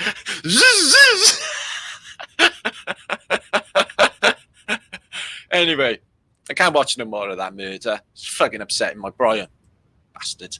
Now, entertainment time. We're going to have a little giggle now, right? In case you didn't know, no, I can't play this tune because I get copyrighted. YouTuber on me like a nasty rash. But in case you didn't know, I'm a famous pop star. Yeah, no, I am. You may know me as, well, in this one, right? I'm not going to play the music, although I'd love to because it's fabulous. But check me out. There's me, there's Dale, there's Jamie, there's Isa, and there's me on the beach. Check me out, right, guys? Obviously, that's not me and not my body, okay? Just to let you know in advance, okay? But that is me. Did you know I could dance like that? Pump up the jam, pump it up. One, look at me, yeah? Groove is in Right, I'm getting them off, guys, girls, guys. Right, brace yourselves. Woo! He's doing a shaker. I'm doing a shaker. That's not me. I'm brown. Yeah. That is just disgusting on so many levels. But the hairdo suits me. Oh, there's Martin. Getting down with chicks. Woo! Yeah. Check me out. What's up, Worldwide Ghost? I bet you're confused right now. Yeah, there's me. Yeah, checking out. Yeah, on the beach with my broskies. Yeah, my homies. Yo. With my box set, bromie. Yeah, shake it around. Did you know about that? Oh, there's loads of them. Yeah, they've been made about me. Here's one with me and Glowbusters, Bob. Yeah, this one's Jump. You know that Jump song? So I'm with ODT, and there's Bob. Yeah, I'm a fucking wicked dancer. Is Odd. And Belle and Jamie. Yeah, there's Bob. He's not a good dancer, is he? Yeah, it's true what they say. No, I don't think all white people can dance, except for that one that does river dance. That guy, he can dance pretty well. And John Travolta, maybe he's a mover as well. Okay. Yeah, white people can't dance. Don't worry. Scrap that. I'm no good, guys. Did you know how talented I was? Fucking do it all. That was me picking apart NASA the rest of the video. You don't know. Who knew, though, guys? Who knew? There's other ones. There's one of me and Dracula as well, in a horror film. Now, let's talk about murder. Now, I like Ron. I like Keith Moon. I don't know why. Yeah, but I do. And I just see, from the narrative of his friends, he was the most lovable man you could ever imagine, and that was his downfall. He just wanted to be hugged, and he wanted to be loved. And he's got some similarities, whatever syndrome he's got, I must have, because he's like, he had to be the center of attention, even if he was in a fucking passage waiting, you know? He just had to be like, everyone look at fucking me and whatever, yeah? And he turns out like he was the most fantastic drummer that ever lived, you know? Apparently, his mother said, I can't fucking stand any more of him. What are we going to do? What you on? What you on for Christmas? He's like, what will piss everyone off more than anything on earth is a drum kit. Can I have a drum kit, please? You're on. And he lived in a small terrace street, so, you know, in Shepherd's Bush, so we gave him a fucking nightmare. So there he is with his Swedish wife. Now, I watched an interview with his Swedish wife. She was with him the night he died. So this is the score. He's there, yeah. He's only like, he's looking like he's in his 40s, but he's a man like this in his 30s. Yeah, he's fucked. He can't stop. He's off drink at this stage because it's 1978 and they've just come out, right, with the Who Are You album. And on the cover of that album, he's sitting on a chair and it says on that chair, not to be taken away. It's just they give you the fucking code. Anyway, her, yeah. So they come home from a do, okay, with Paul McCartney, where he sits on Paul McCartney's with Paul and Linda. But he's not drinking because he wants to get straight because the Who of saying, you know, he's starting to fuck up. He's getting loads of weight on him. He can't stop eating. He's fucked up and he can't play drums like he was. The thing about Keith Moon, right, guys, is they drove him into the fucking thing. In the 60s, late 60s, it was all about acid and psychedelia. And then when, you know, the early 70s come along, it was fucking fat. This guy couldn't play drums unless he was fetted off his head. Okay, or on coke. And he done like apparently like a biblical amount of fucking cocaine. So they were like, you know, if you know, he was petrified that he couldn't be this drummer. Okay, that he couldn't be this fantastic man. So he kept on taking the drugs to be this man. And when he faltered and he couldn't do it, they threatened him. So he tries to get clean and he takes a drug called epinephrine. Oh, I know about this fucking drug. It makes you feel pissed and you sit there talking to people that ain't fucking there. Yeah, this is a fucked up drug. Anyway, so the narrative is he's clean and she says, oh, somebody that night knocked the door and gave him a bag of coke. He goes off to the bathroom, has a line. She says, oh, she just let it go. And then he's like all excited. Oh, let's go off to Paul McCartney's do. Yeah. Comes back later after the do. He's only had 2 drinks. First time he's broke his alcoholism in months, but it was peer pressure. Everyone said he was completely out of sorts. Annie Nightingale, who was there with him, the famous Radio 1 DJ, said that she'd rung her the week before and said, I want to do my memoirs. He was going up to everyone. He was hugging them and kissing them and crying like he was saying goodbye. Now, he gets home, okay, and he wants something to eat. He likes lamb. So he sends his wife, who's a Swedish model, who apparently loves him to bits, okay, and he's infinitely jealous of, off to get lamb in the kitchen. She gets lamb in the kitchen. He has another drink, and apparently she says that he took another load of these tablets, F and F rib, which is supposed to have in hospital and be monitored because they push you off your ass. Okay. Apparently he goes to sleep for 2 or 3 hours, wakes up and says to her, "Can you go and get me another plate of that lamb? I'm fucking starving." She, says, "Oh no, I don't want to go." And he says, "Go and get me lamb, you fucking whatever, you bitch," or whatever you. And she went and got him lamb. 2 hours later, he's dead. Yeah? What she do? Crush the rest of the FRF in his fucking lamb. I'm telling you why you want to see her fucking interviewed on the Keith Moon videos. She's lying through her fucking teeth, and I can tell a lie. I'm telling you what.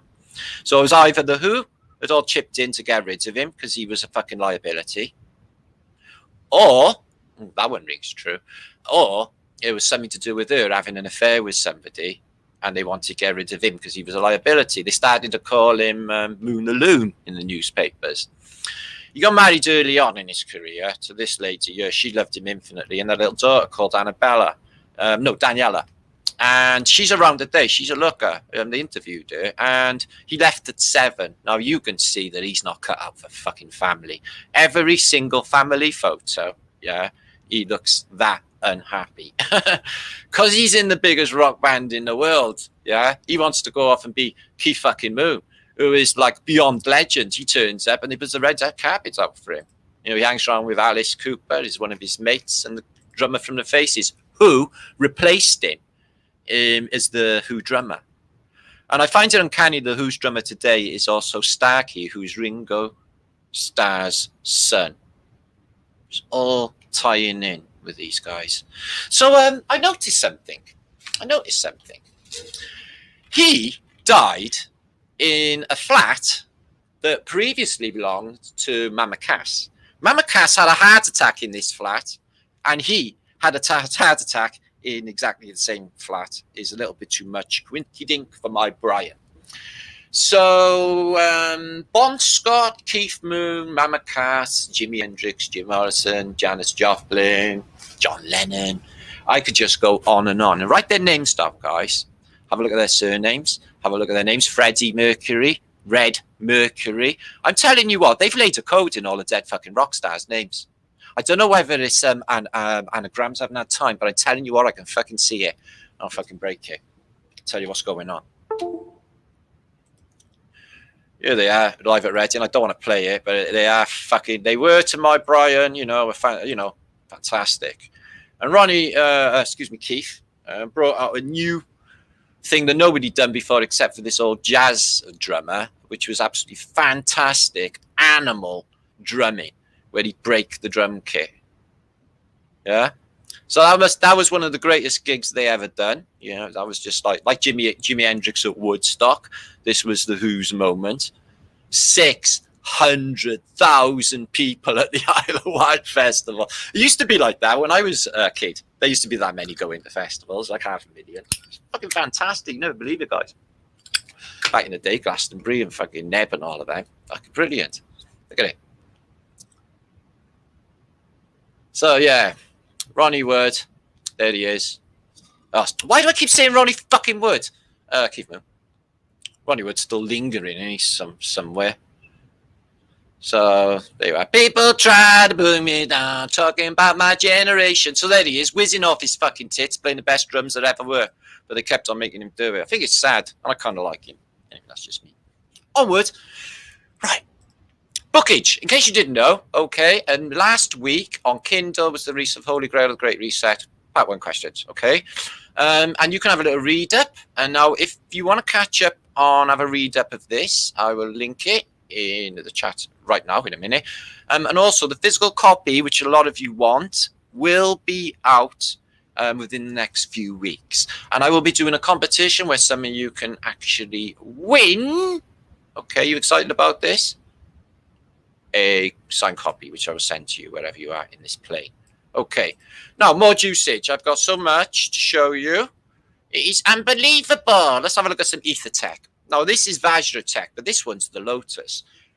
You see it all over India. You see it all over Asia, actually. And it's a lotus. And we've seen this in on the buildings, on the roofs as well. And it closes up into like a pineal gland. And then it opens up into this. But it's Antiquities Tech. It's definitely energy gathering technology. Look how intricate this one is. And then you've got the stupa and the nesting technology in the middle. Fuck yeah, this thing. And it's coupled with bells as well. So the vibration of bells, the bell vibration, the resonance is probably what starts the catalyst for the charge to happen. Look at this. Isn't that beautiful? And you lift that up and then it opens out. I bet that was like a portable battery that you could take out with you. Just take that out with you and you'd have your, your ether energy. It probably emanates well-being, resonates. Here is the bronze lotus, earth-touching Buddha. Earth-touching Buddha. It's interesting. And, well, that's a beautiful Vajra. But it's two opposing toruses. If you can imagine this electromagnetically charged, then what you would see is literally a double torus all the way around. If you could see, if you could see the magnetic field declination, which is this way, you would be able to see the torus this way and this way on the Vajra. It is incredible. That's quite a beautiful piece. I don't know what's in the middle. And also this bell. This half bell, half Antiquities Tech device. There's more of them here. Look how beautiful they are. Energy, Aether Tech. And I think this stuff was prevalent in the age of Tartaria. Now they're just museum pieces. They don't know how they work. And I don't think it's a giant leap of the imagination to get these things activated in a time of higher EM. Look at this. The bell and the Vajra together. You bang the bell, yeah, and the Vajra charges. What can you do with it? Weapon. Who even knows? Fucking know. It's Aether Tech. Again, a four-bladed Aether Tech. This one's would be, one torus, two opposing toruses either side. That thing, I can't even imagine. Again, with the bell and a Vajra side by side, they're the same tech. So I guess in the bell's vibration, the resonance will, maybe activate this. And I think that's the case. They come together. So there you are, evolving electrical discharge and plasma chambers and ancient Greek forms of the bipolar thunderbolt. So it's just like what they saw on electric universe principle, like Thunderbolt's project, etc., sprites, etc. But you'll see this right the way through antiquity. Okay, it's plasma. It is Bache's technology, and Zeus has one, and here's one somebody's knocked up. Heath Robinson in the house with a crystal. I'd love to see what that does. I bet it's got some organ like healing tech. If you waved her about. Electric. Oh, Alf, you heard it here first, guys. Yeah, Flat Earth British has just coined a new term. Alvabilly in chat. Yeah, Belletric. I just coined you for the first time today. Thank you for that, Alvabilly. So yeah, the Navajo Indian, the Armenians, Ghana, New Mexico, Spain, China, Tyrol, Arab Emirates, Cal, Monica, and Tucson, Arizona, all have images of some sort of electrical discharge. Okay, conceptual version, experimental. That's just two opposing toruses. And as I said, there's all the faiths, the Hindus, the Mesoamericans as well have Vajras, and Aether Tech seems to be really important. The Assyrians, Mesopotamians, the Persians, and, the Chinese maybe. And an Indian with a Vajra who's in a lotus position, possibly. And the Greeks also have this, which we see as Zeus's thunderbolt.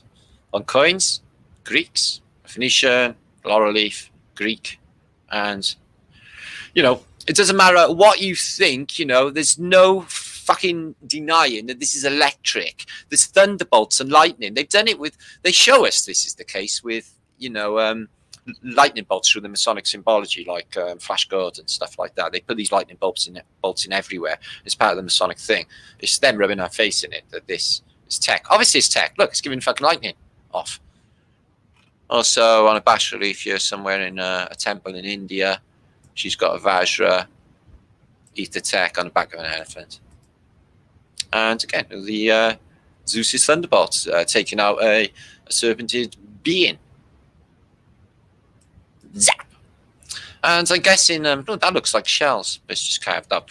You could just take your Vajra out with you in the day, stick it in your pocket, and do whatever it is. It could be like a tricorder on Star Trek. Yeah, make people better. Yeah, just wave it around and heal them people if it was bad. Yeah, wouldn't that be good? Something like that. Or maybe even manifest. So the bell goes with the Vajra, and you have a double kit. You go somewhere with it, bang the bell, Vajra, sort of. Oh, sweet, isn't it? So that is Aether Tech. Okay, let's have a look at some fancy gaps of the Phoenicians. I've been thinking about these. Now, I was on Beegs the other night, who is Stuff Beagle channel, and he was saying, suggesting that the center staircases were ripped out post reset because they belonged to giants, and the humans or us wouldn't have been able to walk up them. And they put these later staircases in because they're always 2 and 3 tiered, and it's just this immense size for the stairwell. So yeah, very possibly, but just the effort for these Phoenicians. Is there any need for it? Really think about it. So that's where all the fucking money goes, on ostentatious bullshittery. It's not even that nice, really. That isn't. That is. I bet it'd be lovely seeing a picture in there, but still, again, I'd feel uneasy about the waste of fucking human resources when there's starving people in the world. I don't think I'd be able to sit comfortably with all of that. It's just me. But look at it. That's how they live. That's how they want everything. So I'm guessing wherever the Phoenicians came from, okay, their island, their floater, it was like that. It was fantastic architecture. The shell, something missing in that alcove, they've taken away. Do you see that, guys? The shell thing. Another shell above it as well. It's just so much detail, so much. You've got the flowing flowers here that we see on the Phoenicians, architecture. It's all there, all of it. Artworks, incredible artworks up in the eaves. Oh, look at that glass stained window up there. Oh, that'd be nice. Letting beautiful white light into this area here. Oh, look at that. So, yeah, wow. They like it really, really beautiful, don't they? Look at that. But like I said, it's not my cup of tea, just saying. For a cottage, I mean, that is shit, but they do like to waste money, don't they, on shittery. So I'm just sitting, look at that. I love that staircase. And ostentatiousness, which is and vanity. I reckon going on. I know I'm not being unpleasant here. I'm just saying, going on what I see on Instagram and Facebook. People really do feel the need to take fucking photographs of themselves, pucker up in front of the mirror, and post on fucking YouTube. It's the type of voyeurism. It's like, look at me. It's fucking like. People are taking 1 billion photographs a day, guys. Yeah, they want that to happen. Yeah, it's fucking crucially with the timeline. Everything's off because of it, and they know this as well. And they're watching. They watch us all. It's them that are the voyeurs. These the watchers, the Phoenicians. They're insane. They're criminally insane. They're nothing like us. Nothing like we. Are the people from this, who occupy this, and we're going to take it fucking back. Look at it. Look at the colour in that, though. Wow, that is something else. So there's another thing. That's a ballroom. So that's part of their society. Oh, God. It's far too much purple going on there. I can taste that purple in my Brian. That purple's finger in my Brian, guys. Purple fingered. Look at this. That's a beautiful sink, that is. And they got 2 seashells here. Seashells. And looks like hand painted on the enamel. So yeah, they push the boat out of it, don't they? But they do get a lot of money on collections and stuff. Whatever. Slavery. So let's have a look at some of my Ladybird book collection. It'll be all right. Don't worry. Don't be offended. I've kept up, really, really rude ones out. Wanted, dead or alive, Schrodinger's cat. That's the point.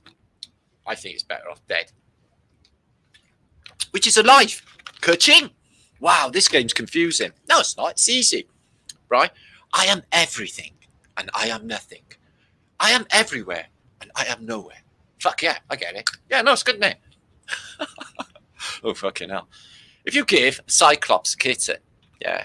So what's the matter with that? I think that's really, really not... I think that's unkind towards Cyclops' children. And she might not be cruel. She looks like she's cutting a... What are they saying?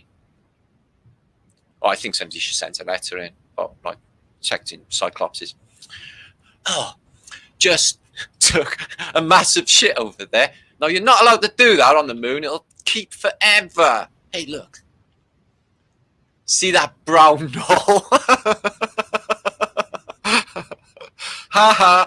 I love a good book on shit, especially in space. Isaac Asimov was a fucking flat earther. He's saying his shit in space. He knew, all right. Look at his books, guys. He just had to fucking know. Probably Roddenberry knew as well. Microwave the fucking dog. Raising of a psychopathic killer. Yesterday, somebody posted on my Facebook a list of all of the most famous serial killers that ever were. So it's Gacy, it's Dahmer. I noticed the Doctor wasn't on there, Shipman. But anyway, all of the most famous serial killers. And guess what, guys? Yeah, there wasn't any Libras on there. Yeah, so I'm a Libra. There wasn't any Capricorns on there. They were overwhelmingly Pisces, Gemini. Any Geminis? Raising of a psychopath. Yeah. Oh, don't do that. Anyway. Oh, this is good. The driver's guide to hitting pedestrians. Yeah, this is quite good. If you want to get yourself 10 points, you know everybody knows there's a point chart for running people over. You can really nail it with hitting pedestrians. A driver's guide too. Okay, let's disinfect the fuck out of everything. A Ladybird book for under 5 series. So, yes, that's about now. Things that never existed. This is my favourite one. I had this one. I used to love this, reading this and laughing at the things that never existed.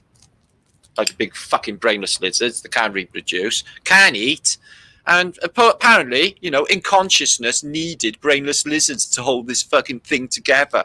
Yeah? I don't think that quite works on a quantum mechanical level, you know, or spiritually. Think about it.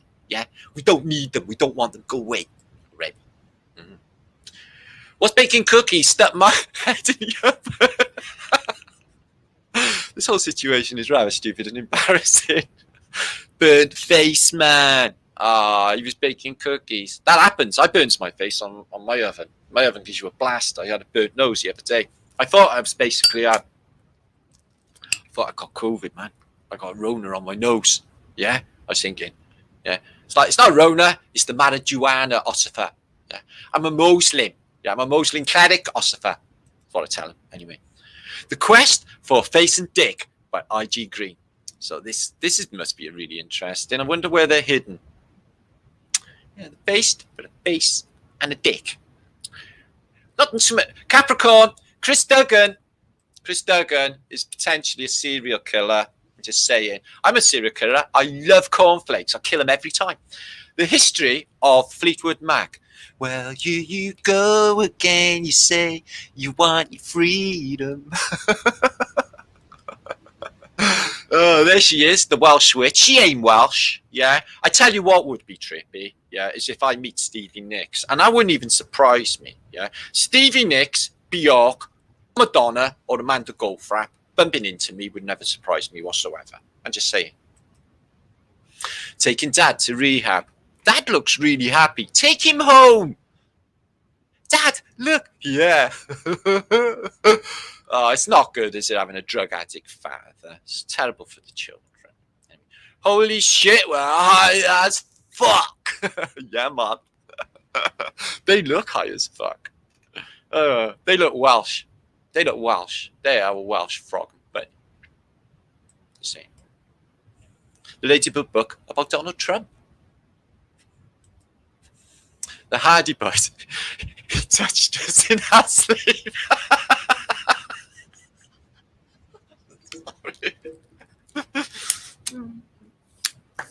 Oh, it's too bad. Sorry. Oh, this is a good one. We've been talking about statues. That That statue talk mad shit. I'm telling you, it's a thing, guys. Look, they got a lady fucking book about it. Statues come to life and they talk mad shit. Yeah? Be careful. Behold. Behold. Mad shit talking thing. Do you know what I want to do? I want to just do like, oh, there's all dog shit everywhere, dog shit bags. I want to lift one up on a stick, go, behold, dog shit bag, and fling it at a constable. Far off in the distance is where we should fuck off. We should fuck over there, shall we, Jesus? Yes, we should fuck off over there. Why has Jesus got an ass or donkey anyway? You'd think he'd have a stallion being God's son and stuff. Oh, the Ladybird book, easy reading, let's make bombs. I think that may really go down well in this day and age. Who even knows? Yeah, I know.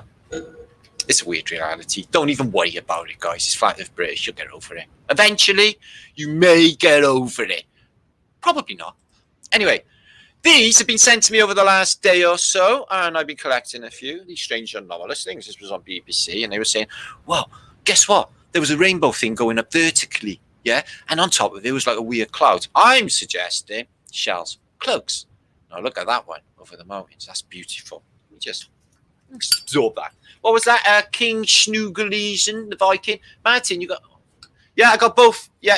I'm doing fine. I got both running. Thank you, everyone in Flight of British Think Tank channel. 200 of you watching there. Much love to you. Arwin, keeping on things for me there, my brother. Nice. Thanks for that. Slim is there. Slim Biggins and Dukes and Chunkman. Good to see you, my friends. And 632 of you watching there. And everyone in Facebook. Good. Cool. Happy Tuesday. This is the day whether you choose to go on with the rest of their bullshit for the week or not. I'm feeling really free right now, even though I'm not. It's really good. It's because we know we can get the fuck out of here. I reckon there's definitely something in this. So, well, look at these, like UFOs, aren't they? Huge UFO. There's a triple UFO. Maybe they're just like, can you imagine them, like, you know, the Phoenicians, like, traveling over a city, think we can't see them, and they're like, they can't see us. Yeah, like that. Somebody took out of a car window. Randomly floating across the sky in the shape of a UFO-age. Phoenicians, cloaked, disguised. Look at that. Oh, that's a nice one. I like that. It's like a sombrero. It's a nice little sombrero. Oh, that's beautiful. Look at that. Oh, no. Blame the zebra. Zebra farts can cause anomalous clouds. So that was another thing I was thinking about. We're looking at two suns a little bit later that come in. One that got sent in to me earlier. And we want to look at Seal In as well, because these are beautiful. I wish I had some music going. I could put some music on. No, I can't. Don't worry. I'll get copyrighted again. So notice the beautiful geometry and shit going down in the beautiful ceilings of antiquity.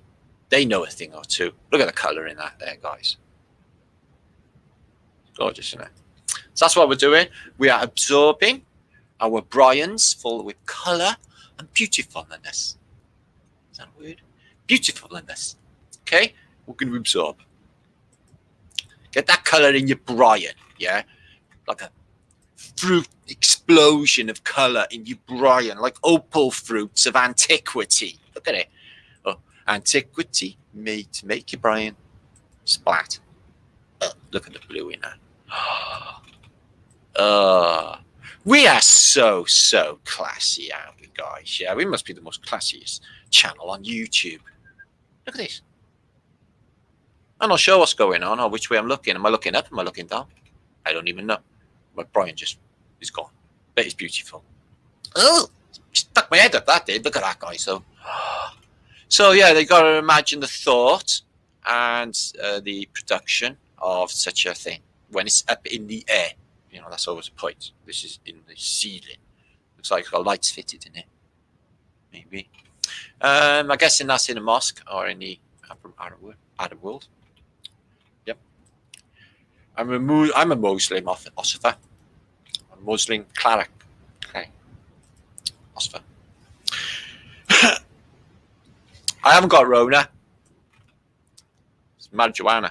Osifer. Look at this.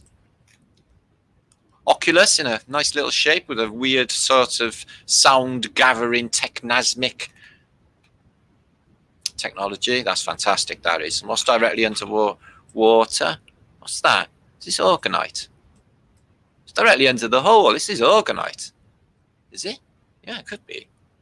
And then augmented through this when it comes back. Fuck me, that's really wicked science, that is. Do you see what I mean, guys? They say they got good science now. That's funky science, yeah? That floats my boat. Their science is bullshit. I've been going through it forever.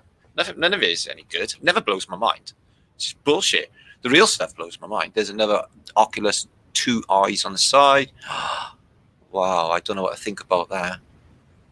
You can't deny these things are beautiful. And you've got to try and imagine the production of them, how they get up there, you know, what materials, if it is wood or if it is plaster or whatever this is.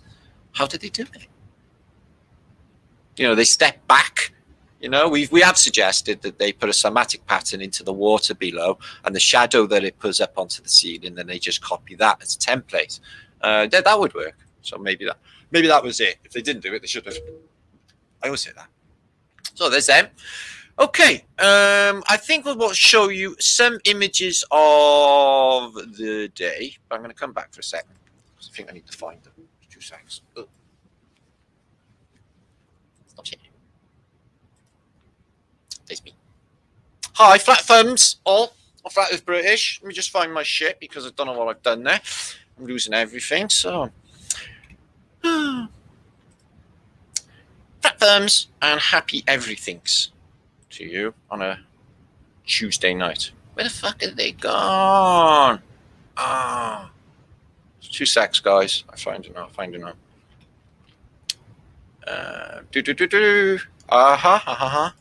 Okay, I titled it stupidly for some reason. Okay. There you are. Okay, now. Share screen. Let me show a few of you anyway. Hi, Steph. What's happening? Integrity is a form of morality, therefore truth. Profound words. Stella Brooke. Who killed Keith Moon? Well, I suspect his Swedish girlfriend, but she's still alive, so I can't say that. So, maybe the WHO, maybe the CIA or the MI6 or whoever, the Tavistock Institute, because he was fucking mouthy about it all, apparently. Yeah. And I definitely think something was after him. Anyway. So, not happy about that because I like it. Jaxie J dreaming or are taken out. Well, they're all a certain age, like the 27s, you know, I tended to think that it was an end of a contract, you know, and they tell them, you know, like with Amy Winehouse, you can be famous till you're 27, then you're going to have to die of a drug overdose. And then you can go somewhere else and have maybe facelift or something else.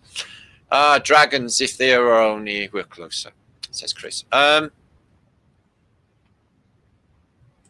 going to look into it a bit more. I don't even know why. Just like solving murder cases. Brian, Torba, Psyop, Marcus Way, Jesus, Denise Max, Slim Pickens. Okay, what's the time? Okay, we've got plenty of time left. Now, buckle in. I'm going to do some more truthing.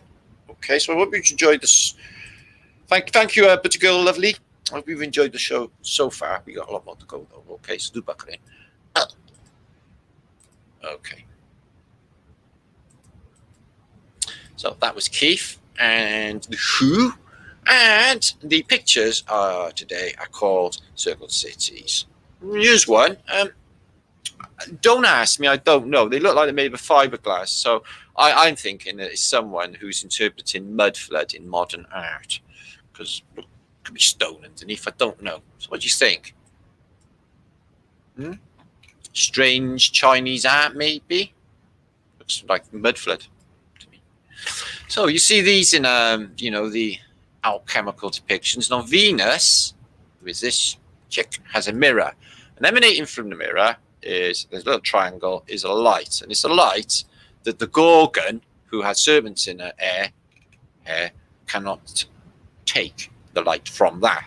So it's Medusa Tech, isn't it? It's Venus and Medusa Tech. What we all know about now. So this was a nice little segment of the type of map. It's not a map about Monte, it's another one. And again, you know, this is the British Isles, okay, guys, and this is Scandinavia. Okay, and again, you get up here, and it's Icelandia, or that place that's not there. It's not Iceland. This is Iceland. Yeah, ISO. And then you get this large landmass. It says Greenland there, but Greenland's not above Britain, so it's not that. And then in there as well, another 2 landmasses, and 2 in there as well. It says Mare, Moratia. Can't fucking see it. So yeah, even on that map, you know, there's another anomalous islands which are not around anymore. Or are they? You know? So, I did say there'd be no juggages, but I'm not sure she's pregnant. What's it say on her arm there? I-713, ka-ching. So, yeah, it's good though that they've given costumes in the antique world, which just couple under the nipples in such a manner. Very, very nice of them. So, what do you think? She's looking in the mirror, and there's a face in there that's not hers, and like a monster comes out, and a serpent kisses it. It's not nice, is it, guys? Especially when people look in the mirror in the morning. I mentioned all this for quite some years now. Sorry, that's a bit of NASA fuckery of all of the sellotape and sticky back plastic on the limb somebody sent me. It's ridiculous, though, isn't it? They say that's on the moon when it's just sticky tape down, silver foil or gold foil. Well, I don't. It's a cup of coffee. It's a cup of coffee. A lady with a cup of coffee on a breezy morning. Nothing wrong with that. I don't know, it just slipped in. Anyway, so here's more men on an island, and the giant's like, yeah, I've heard all about you island hopping fucking Phoenicians. You ain't coming here. Yeah, this is my manor. Yeah, that's what's happening. The giant stood gun, and they're dwarfs. It's about my fantasy of island hopping. So this tree is a smart tree. Not literally a smart tree, it's a clever tree. It's grown the right way up.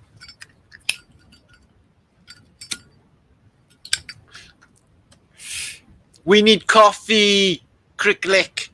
We need the coffee. So, I seen these, right? Oh, what a fucking palaver. Yeah, see him? Yeah? No, Liam, you're fucking pussy, mate. Oh, you think you're fucking bad? You ain't, mate. You ain't fucking see nothing. So there they are, right? So, they were just intelligent enough so as not to spaz it up, only for a short while. So they sent them off to Bucket, to 10 Downing Street to have coked off their asses, to have champagne with Tony Blair and the other clickety clackers. Yeah, I don't even want to know what they did to get this fucking contract for What's the Story, Morning Glory, and fucking definitely maybe. So I seen him. He was shit. He was drinking Jack Daniels. He missed loads of songs, and he basically was racist towards the Welsh. He went, fucking taffies, and give us a finger. Yeah? It's like, don't want to be walking down Queen Street like fucking later, mate. You're just going to get 500 fucking Cardiff people kicking your head in. Look at this. He's with his fucking gimp who fucking murders necrophiliac. Fucking don't even want to say his name because it's satanic. So look at these. Yeah? Fucking devil horns. Liam, devil horns. Shh, don't say what we do. Yeah, don't say what we do. Yeah, devil horns, all seeing eye, pyramid, yeah, double. Look at him. They are deeply fucking satanic, all of them. And I tell you what, I'm going to enjoy their wealth while they got it. Because I tell you what, all what they fucking done is going to come back from tenfold. Karma's not right.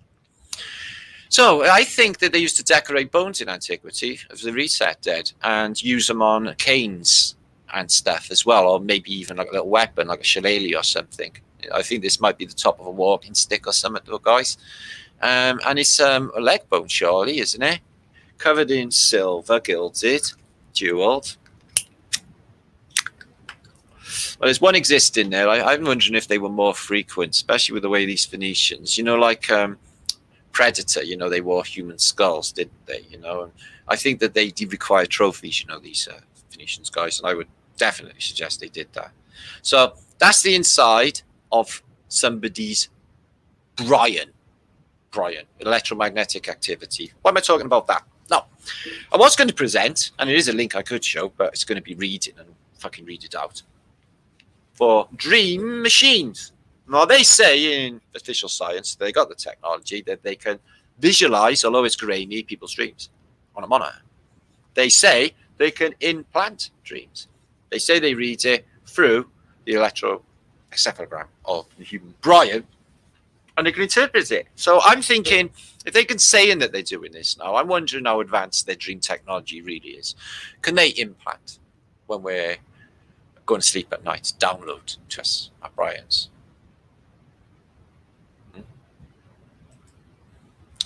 Oh, right. So this guy is stepping out. Right, I'll show you where he's stepping out of.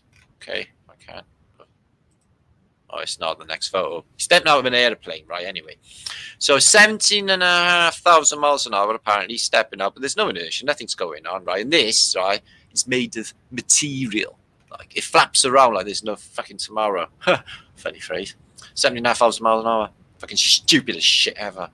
So there's Moscow mud flood and a lower civilization being dug out in the site of the Kremlin anyway, right next to the Kremlin, but it's all below ground level. I wonder what that was exactly. It's a large area covered. Guard post. I wonder if that's slaves building or digging it all out. So central Moscow, massive undertaking. Don't know. Electricity. Okay, electricity. We talk about for quite some time now. No doubt in my mind that the cities are circuit boards. Just a nice little cute mud flood there. Look at that. So the building goes there. So it's there. Is the corner of the building, and then there would be a level below. So this thing's there. Excuse me, there. Crazy, isn't it? Yeah. Oh, excuse me, I'll bounce over that. So this is a museum in Oslo, yeah, and they got like basically all like really fucking dodgy statues everywhere, yeah. I had postcards off my father once years ago with like one of these crazy screaming babies on a postcard. I was like, that sucks in Oslo. No, he's balancing a baby on his foot, yeah, and they're not doing no fucking Grecian on him either. And look, he's like, what? Killing fucking babies, playing I'll kick babies around? This is in a park, yeah? Just wondering what the kids were thinking. Man, what's that man doing to babies? I do not know, Olga, or whatever. Fucking hell. Look at the lampposts of antiquity. This one's actually a fasces, isn't it? The orb on the top. You know, all of that and that orb, right? All of this, all of that, just hold these two lights. And look what's halfway. It's a ship and an anchor. We could be anchored. We think we could be anchored, you know. They say we're lost at sea. So I was thinking maybe we could be anchored. And look at that for Antiquities Tech, just to hold them lights there. Well, that's wonderful. There's another one there. But why is it in the mud? Have you just manufactured this in the yard? Just in the mud. It's not even anywhere, is it? Don't look new, do it? I don't know, maybe. Well, I don't know. That's curious because there's another one there. It looks a bit darker, blacker, maybe. I don't know. Answers on a postcard. Please, 669 you. Ooh, please don't one disappear. Please, could you share this out and like my video if you did as well on Martin League channel, Five British channel, and Facebook page. So here we go again. So it seems that this thing that they hold with the all-seeing eye, or that mirror thing, also gives plasma. And it's enough to blind, as we've seen before. It's the eagle that blinds us in the age of destruction. And there's another figurehead, but it's in a church where you worship. And our townships, you know, I suggested the ships are towns, and they call them townships. And what if they were island ships? Or ships that islands that were floating on, you know, whatever, pumice or whatever. They say that they can float. Projected or maneuvered, I mean, or quickened up. Engines on them, I mean. So look at this. This is a Aquarian, I guess. They'd say it's natural geological, but fuck, no, that's melted, isn't it? I'd say it's just as if a big hot knife cut through it. Yeah? Like if it was cheese. Curious and curious, said Alice. And there it is again in Iran. It's It's a fascinating sight, one of the oldest, they say, perfectly round. Looks really, really big, doesn't it? And look at them mountains. They're proper mountains, them too, and all. 3 of them. Just like the 3 mountains you get on them plaques in the Phoenician architecture, which I said might be Mount Meru. And there's 3 there. Is that 1 there? 1, 2. I think there is 3, maybe not. Difficult to determine. But fascinating, that. And look at this, under this tram.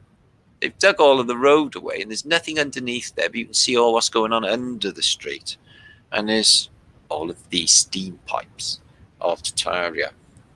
Most of the stuff in Tartaria, a lot of the stuff, steam-powered heating. They had the air powers on pneumatic underground trains, and everything working on compressed air, steam power. And look at the size of these massive things. It's not just for sewerage, you need 1, 2 max. So that was 2 years ago, come on my Facebook. I missed it today, but yeah, it was the 11th of May today. And somebody caught it 2 years ago, 11111. And it is mind-blowingly surprising how many people are seeing this number and others like the 3s replicated throughout the day. It's just to let you know you're on the right track. So yeah, this is a thing, definitely. Is a jet fuel hoax, as I mentioned with compressed air just now. Now, when I was a child, right, guys, if a fucking jet went over, now I knew it was new tech, but I mean it roared and it deafened in the house. If you were up there, you couldn't even hear yourself talk out the street, and they were up at 30,000 feet. Can you remember this? People who are a little bit older, yeah. So, according to an Airbus specifications, each week can hold 38,500 gallons. This jet fueler has 10,000 gallon capacity, which would mean, really? I think they fucked up there. I don't think they put any fuel in the wings. It's just, if they have any fuel, it's just to get up there. And the rest, just once that, that mechanism clicks in, the fucking compressed air would take over. And if they're not doing it, they should be doing it. And they're doing it all right, 100%. Tech works. So check this out for beautiful. Absolutely gorgeous. Just stained glass and a spiral staircase. Who knew? But something so simple. What a beautiful composition. Is it actually, they've caught the light like that, you see, I think, through stained glass, or if they obscured it, I'm not sure. But wow, I love that. I really love the colour in that. Anyone digging that? J. Rob's digging that? Oh, are you out to passion? What's happening, my bruv? What's happening, brother? And this is Monte Picchu, okay, in 1915, okay, just before the First World War, and it's just nothing going on. There's a couple of little bits here. It's covered in shrubbery. And then, like they do with Karnak in Egypt and all of these other sites, they turn it into Disney World. Dun, dun, dun. You can come and visit it. Costs a fuckload of money, and you got to walk up the fucking mountain. But yeah, there was nothing there in the past, and now it's dun dun dun. Always. Ooh. Now these were burned, and they were found in, they say, Pompeii, and they belonged to a child. But I'm just wondering, like, these are like, looks like for a warmer climate, like a sandal, beautiful leather, but what, over 2,000 year old? You really think so? No, man, these are just like Middle Ages. This is when all this even happened. And I was going to cover the Santorini. I'll talk about Santorini events happening in the 1500s on a later vlog. So this was taken this week as well. And a lot of people say double lensing, but I don't think, not the amount I've seen. And I take photographs of the sun, and I've never seen it like that either. I get black sun a lot. I can take black sun photos a lot. But again, 2 suns ready to shine just for you. Oh, human stories. Do you believe in humans? I wonder if that's going down. Yeah, the ghosts are actually reading human stories, shit scared and wondering, do you believe in humans? No, I've never seen a human. I think I seen one once. It might be a thing, just saying. And this is the sun and the moon. I don't know where the moon fucked off to recently, but it disappeared during this new moon disappearing phase. Longer again. But this is a photo sent today or posted today of the sun moving away, nearly gone off to its complete its journey around the plane, and the moon a little bit higher and completely illuminated on its face. This is moving away over there. There's no connection with the sun and the moon doing it. And look at this, two separate slivers of light, sun almost down and this moon almost right next to it. And that was also this week, apparently. Any goings on. Easter Island mud flood. I think it's a definite because of this reason. Now, they exposed some of the moai in Easter Island, and would it really make sense to make a 30, 40 foot figure, okay, and put all of this detail of the belt and all of this detail of tattooing on the back, etc., and all of this on the neck, just to bury it up to there in mud? No, because that makes no sense, does it? They would make all that effort, because that's a lot of effort just to bury it for no one to ever see. So these things were on the surface, which would suggest that this load of mud here, and it is mud, look, came in later, which I think is a thing. What do you reckon? There's no trees on the island to move them, and they say that they move themselves, and they, sort of teeter back and forth, or what have you. So, next is a cool video that was made a year ago, Flat Earth British, and I think it's a cracking video made by my friend Walt, who's on I'm Real Media. I won't play the music because basically it's going to get me copyrighted, but check this out for groovy. Oh. So yeah, a couple of things to show you, and I'm going to come back into chat in a minute. I've been going for 2 hours. It seems a lot longer. That's not today. But check this out, Flat Earth Britishness.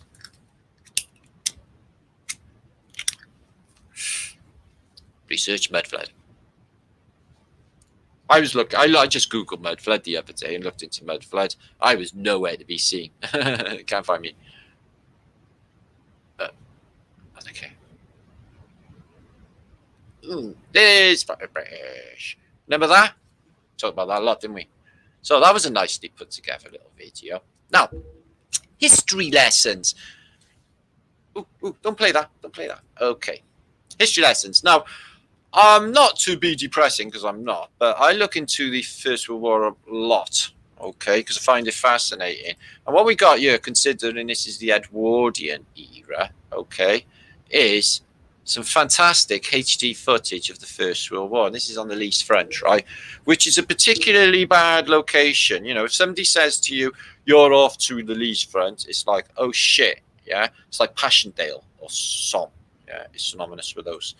So I seen clues. It's almost as if, nothing is going down. And this might be a quiet sector, I don't know. But they get hundreds of German soldier prisoners coming through, and they don't even fucking search them. They search them a little, but I mean, they ain't got guns on them or nothing. They just tapping them down. It's just weird. It's just weird. So yeah, let me just forward this on a bit, and I'll show you. So some of the villagers. So obviously in the First World War and in most wars, I find this fascinating. The soldiers eyeing up the woman. Anyway, as a last look, check her out. Little smile. And that one. You dirty soldier. So basically, I think the catastrophe is the civilian catastrophe. Look, someone on a stretcher with wheels. Let's get him over. Oh, that guy's helping.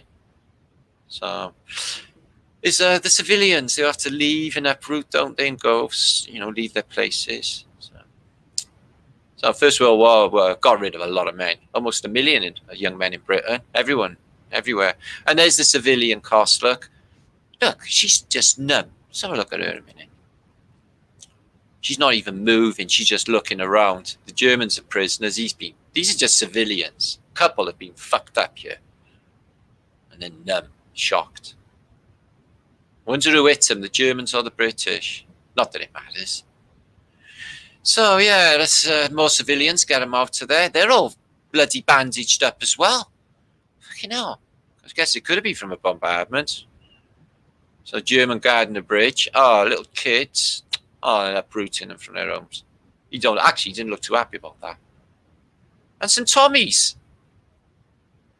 But they got guns, so they're prisoners, and they're bringing in some injured, I guess. Yeah, it's all injured. Fucking horror of what? Oh, there's a young bloke. In the wheelbarrow. Some French people.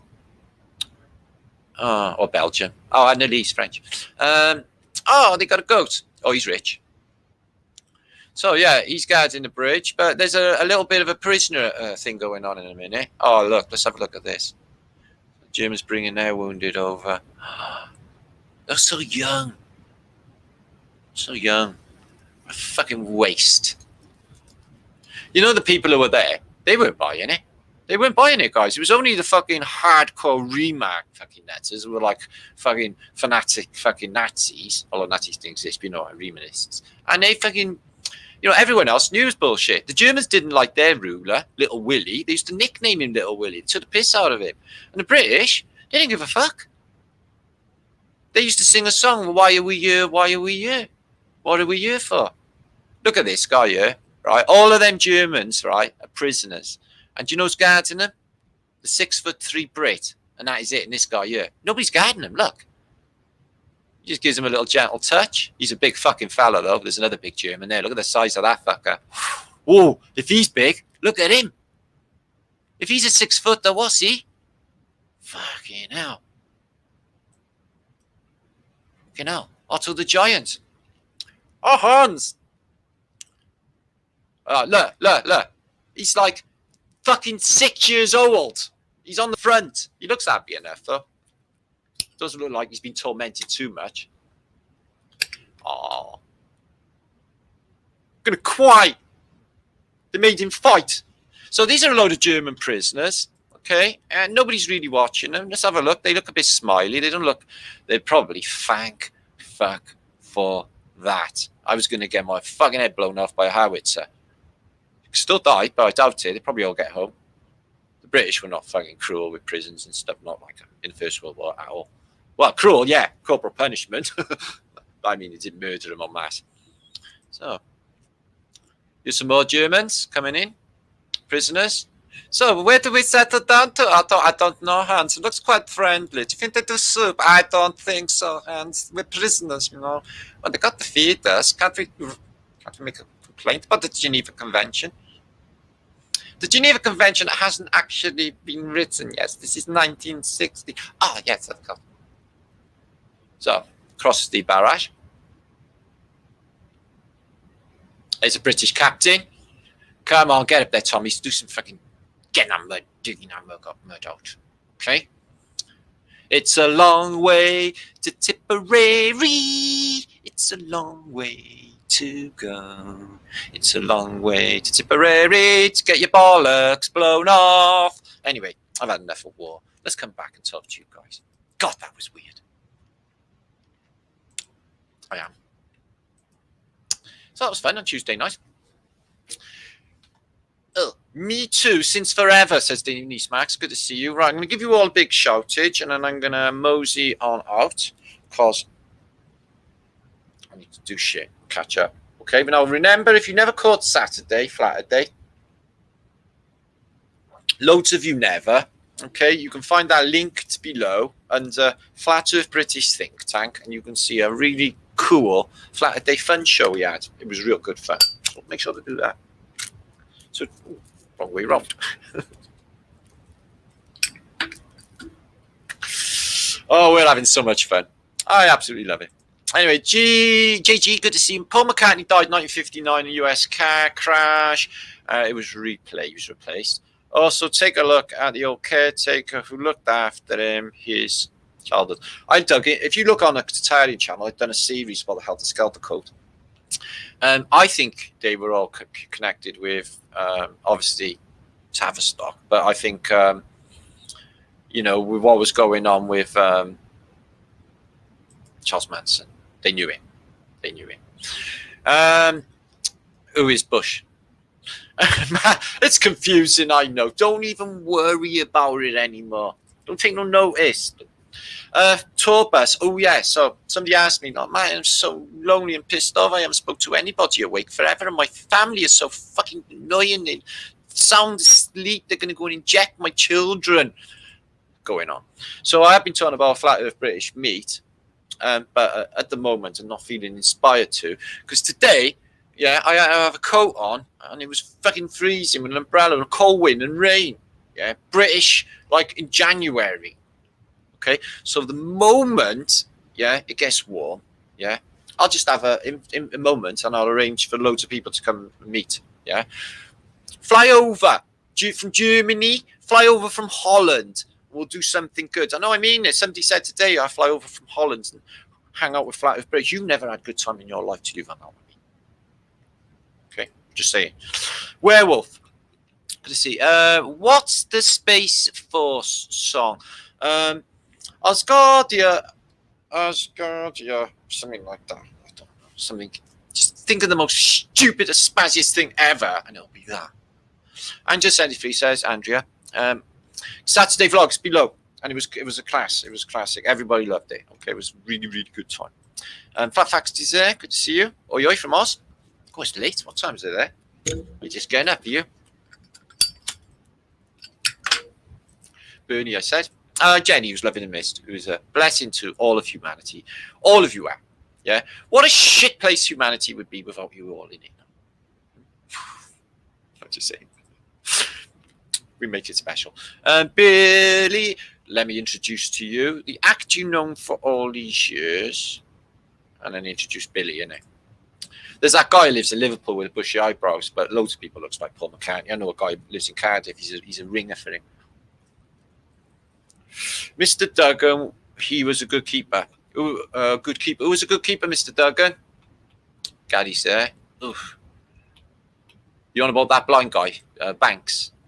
90 here in a week. Watching, mate. Don't know what that means. Sorry.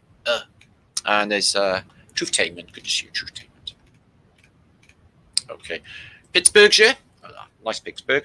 Doughboy Guard in the bridge. Was it a Doughboy America? Oh, it was 1918 then. Just didn't get into the end. Brandana Shamara, Queen Thumbykins. Yeah, she done a little speech today in Parliament. She had. Have a look at the video, right? Charles was sat there with a mask on with Camilla. And his hands are all gone fat and like sluggy. Have a look at his fingers. They're all like swollen up. Have a look. It's fucking freaky. It's like he's got fucking water retention on his fingers and they're all like swollen together. It's horrible. And, Queen, yeah, she done a little speech. She kept her shit together and read it all brilliantly. Yes. Well done, Queenie. Yeah, they're going to tweak the experimental vaccine. They're experimenting everybody on and tweak it. It's an interesting phrase.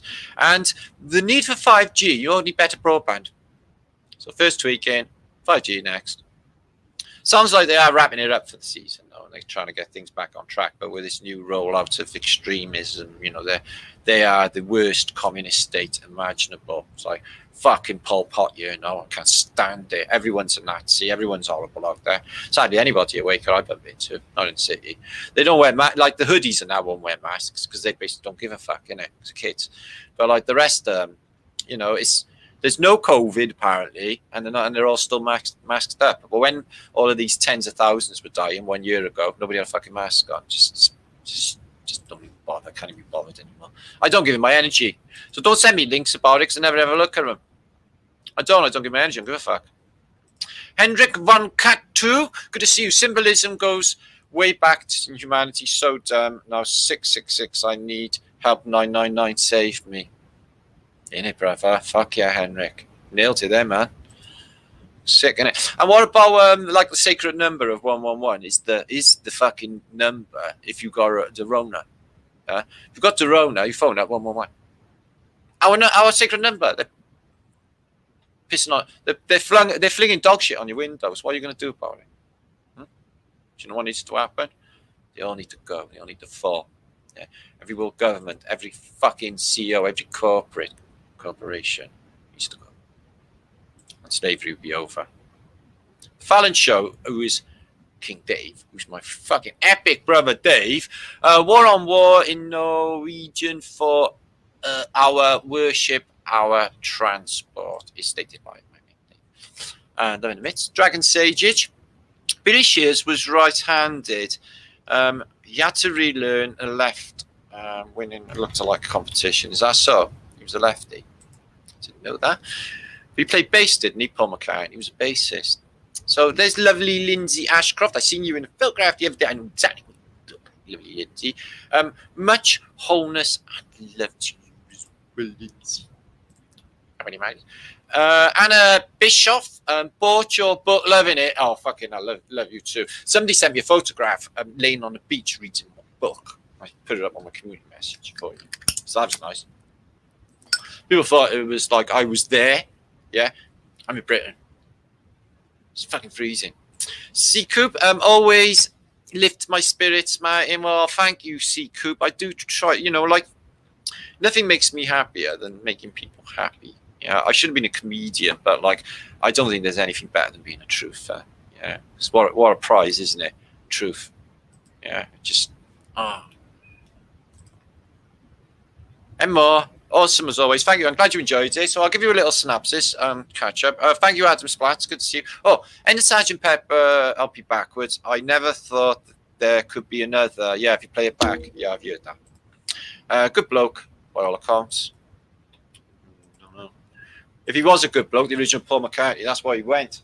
They have to be a ruthless bastard, be able to shoot a baby or something, So, Moby Dick was definitely a clue, okay? And I definitely think the floating islands was a thing in antiquity and is not, okay? Because they are existing in the narrative. Imagine them bigger and out there somewhere. That would explain missing land, hidden land, Phoenicians showing up, all in them lands, right? 2 books full of missing islands. I shit if you know. Look at that. I opened one page. First page I opened to.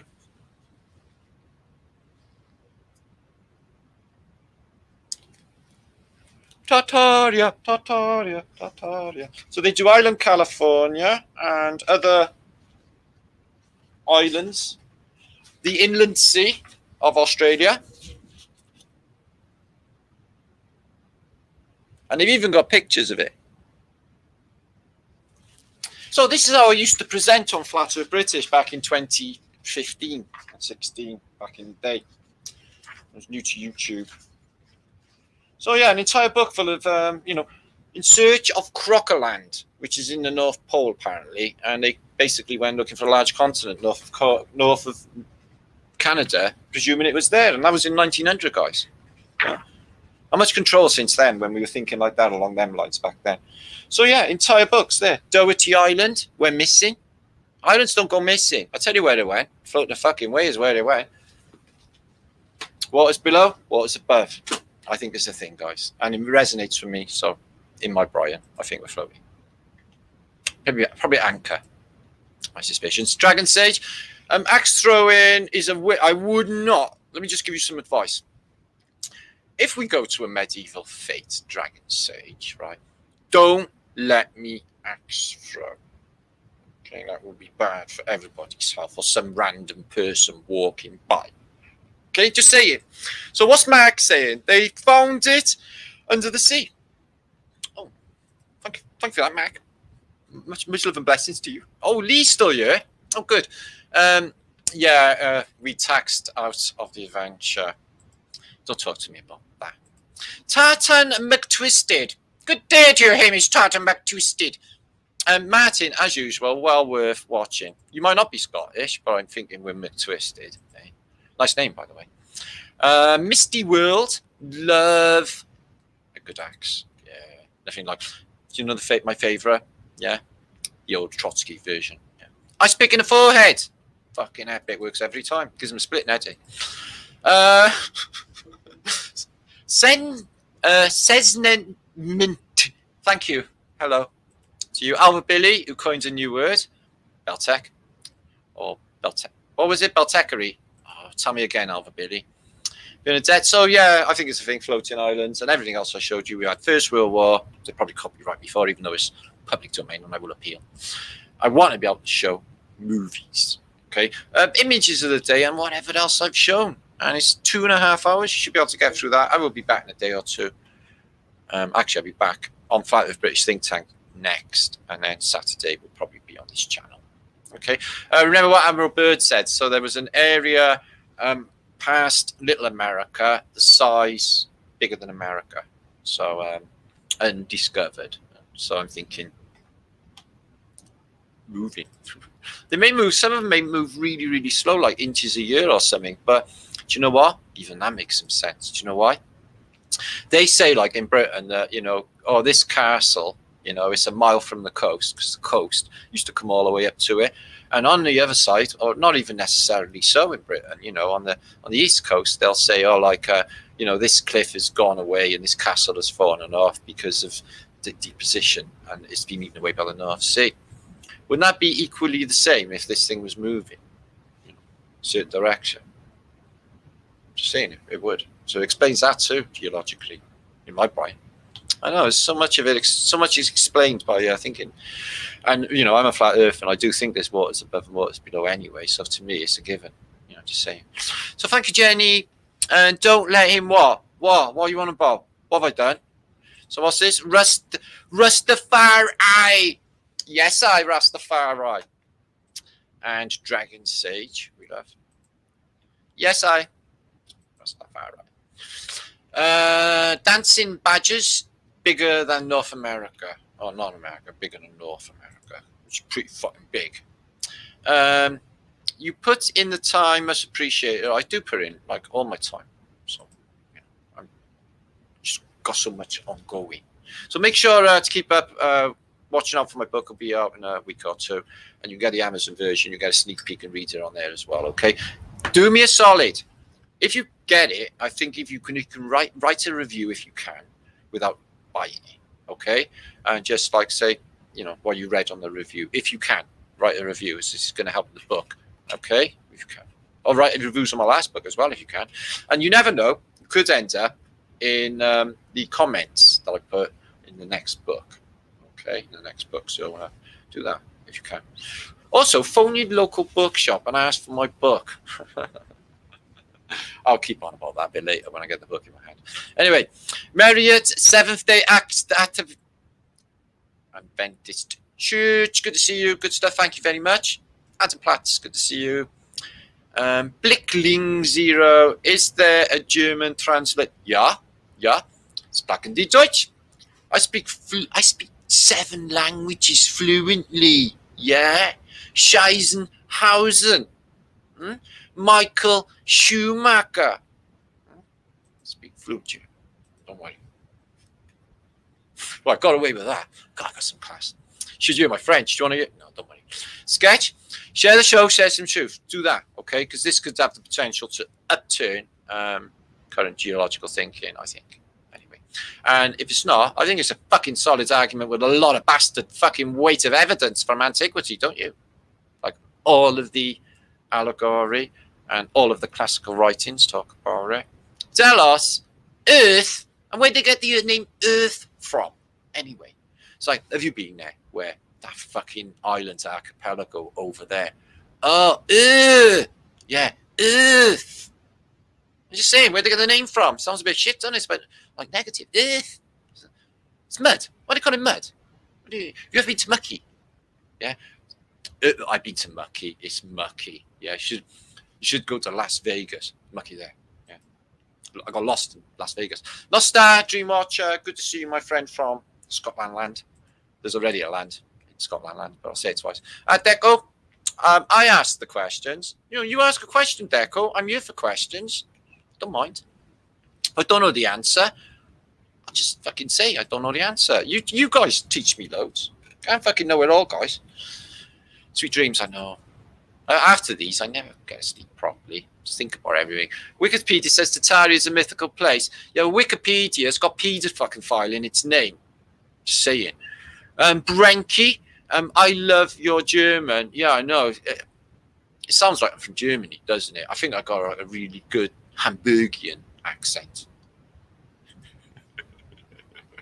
It's a mad world. Yeah, it's best to just laugh. Yeah, you know, they're laughing at us. Just laugh back. What else are we gonna do, guys? Yeah, just don't give a fuck. Have fun. Enjoy it. Yeah, keep your vibration up. The universe will look out for you. The Most High got your back. Okay, you're on the road to truth. Okay, and the universe looks out for you. It won't give you too much, too much overload for you. It's going to be gentle. Okay, coming to Flat Earth British. That's the deep end. Just saying. Okay, so you're hardcore. Okay, just saying. So Jeffrey Griffin, what about bent over? Or are you just saying that generally? Yeah? Do you want to get kicked out? Don't hold me to flat Earth British. I was joking. Okay. Sean alike, they hide it like fake pigs. And Jacob's Justice is here. Doesn't Earth refer to ancients called Naliki, Ini, and Ie? God, I don't fucking know. They say Gaia. I don't know if that's not. Earth is Rari, where the sun rays hit. Susan Jane is here. Good to see you. S. Mitchell. Nostradamus predicts the amphibians will rise. Does he? See? Or Nostradamus knows a thing or two. And there was a program called Angels and Demons. No, it wasn't. Bad Omens.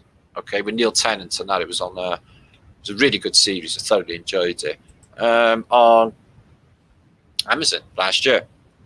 And Atlantis rose in there, and it was a floating island. It was like just rose. Just they say. Rose, but it was just crazy. They had all like classical Greeks playing kites on, winning prizes on the ship's deck. It was mad, but it's really good. It was enjoyable. Thank you, Glenn. Much love to you, my brother. Thank you, Deborah Johnson. Nothing hiding that shall not be brought into light. Oh, I so agree with you there, Deborah. Definitely. You know, I've never liked to lie. My mother was the same. She's like, I fucking need to lie. I'm the same. And that's, you know, what I do. You know, truth is like, we call these fuckers out. You know, they've been just lying to everyone and using us and abusing us. You know, the words of sweet dreams. It's fucking like that. Just a nightmare. Fuck off already. They've been torturing me since fucking day one. They're lucky I'm a fucking mentalist and I'm up for it. Good as you, Rocker, as well, my brother, and Cleric. Circanic. Is it Circ? I don't know what he... Dan MC, good to see you. Carrie as well. I said that. Deco, and anybody else up there. If you want to say Tara and get a shout, Ditch Gotham, I love you too. Ruth, and Tommy Stanley, and Brian Evans, and Dan as well. Adam, excuse me. Brian's going. Corey O'Neill, good to see you. Ein Haverswien Beta, or Beta to you as well. Eines kleine Bier. Strange man. I have spoon thumbs. Do you? Does it hurt? And there's my friend. There's Teresa. And lovely Karen Dirt. Much love to you. And your husband Rob. He's there. Oi, Rob. Ad man. He's Ad. He's from Holland. He's Ad. And Chris Duggan as well. He's always there. Tapestry Effect. Tapestry Effect. New channel coming out soon, Andy. Looking forward to it. What's it about? Tapestries. I like tapestries. Just saying. Fucking sounds phenomenal. Deborah said that. Son of Overlook. System failure. Mac's crying. Don't cry, Mac. Okay, don't cry. Okay. The angels stop crying now. Everything's better. We're making it all better. This week. 1 week. Okay? 1 week. All better. No more crying angels. No more death. That's the outcome of all of this, of course, is we're just going to make everyone live forever and cure death. Won't be a thing anymore. Or then. That's the outcome. All of it. Well, limit yourself, guys. Anyway, peace and love. I'm going to fuck off. And much love to everybody on the Flat Earth British Think Tanks. Thanks for everything, shares, and everything else. If you need me, somebody said that they didn't know my... I do link my email address below this video, but there it is there. Okay, martinlucas7gmail.com. My webmaster, who is my friend Luke, much love to you. Thanks so much, Luke, brother, what you do. He's going to revamp our website. Okay, it's going to be back up and running. Better than ever, I hope. Very, very soon. So that's something to look forward to. Especially with my book coming out, I need that. So anyway, if you need send images, questions, what have you, and if you know, if I haven't got back to you, it's because it's War and Peace level reading, and you know, I get all read it out if I'm honest with you all guys. Okay, so let's do a lot of reading, a lot of typing every day. Office work, basically. So Tarob, Tartans, Tartatarians, Flat Earthers, Truthers, and everybody. Okay, brothers and sisters, all on the Great Flat Earth British Epic Flat Earth British ship, which we just rocked the boat. I feel fantastic about that. Anyway, I gotta go. Sig, thanks, brother. Good to see you. Thanks, Sig. Thanks, everyone in the Flat Earth British Think Tank channel. Let me shout a few of them. I forgot there. So we got Worldwide Ghosts, Tom Stanley, Denise Max is in there as well, and Lottie Azur's in there, a duo, and Joy's here. Hi Joy, this you love. Yeah. And GS is here, keeping it real as well. Our Crazy Journey, Mother Earth. I do love Mother Earth. They took us away from all of that, but I really do love it when, you know, nature and our place in nature. The truth is with all of this, guys, is, you know, everything we need to know, okay, all the answers we already have, okay, it's all inside us. It's all the information you need is in you, okay. There's a universe, an untapped universe of information inside you, and changing your vibration will allow you to tap into it, okay, guys. So that's what's going to happen. Our Crazy Journey, having a rave in the mud. Yeah, man, I'm feeling that. Thank you, Gotham. Thank you, Canadummy. Woohoo! Holy moly. So yeah, that was fun. Let's break the system some more, shall we? See you on the next one. Peace and love.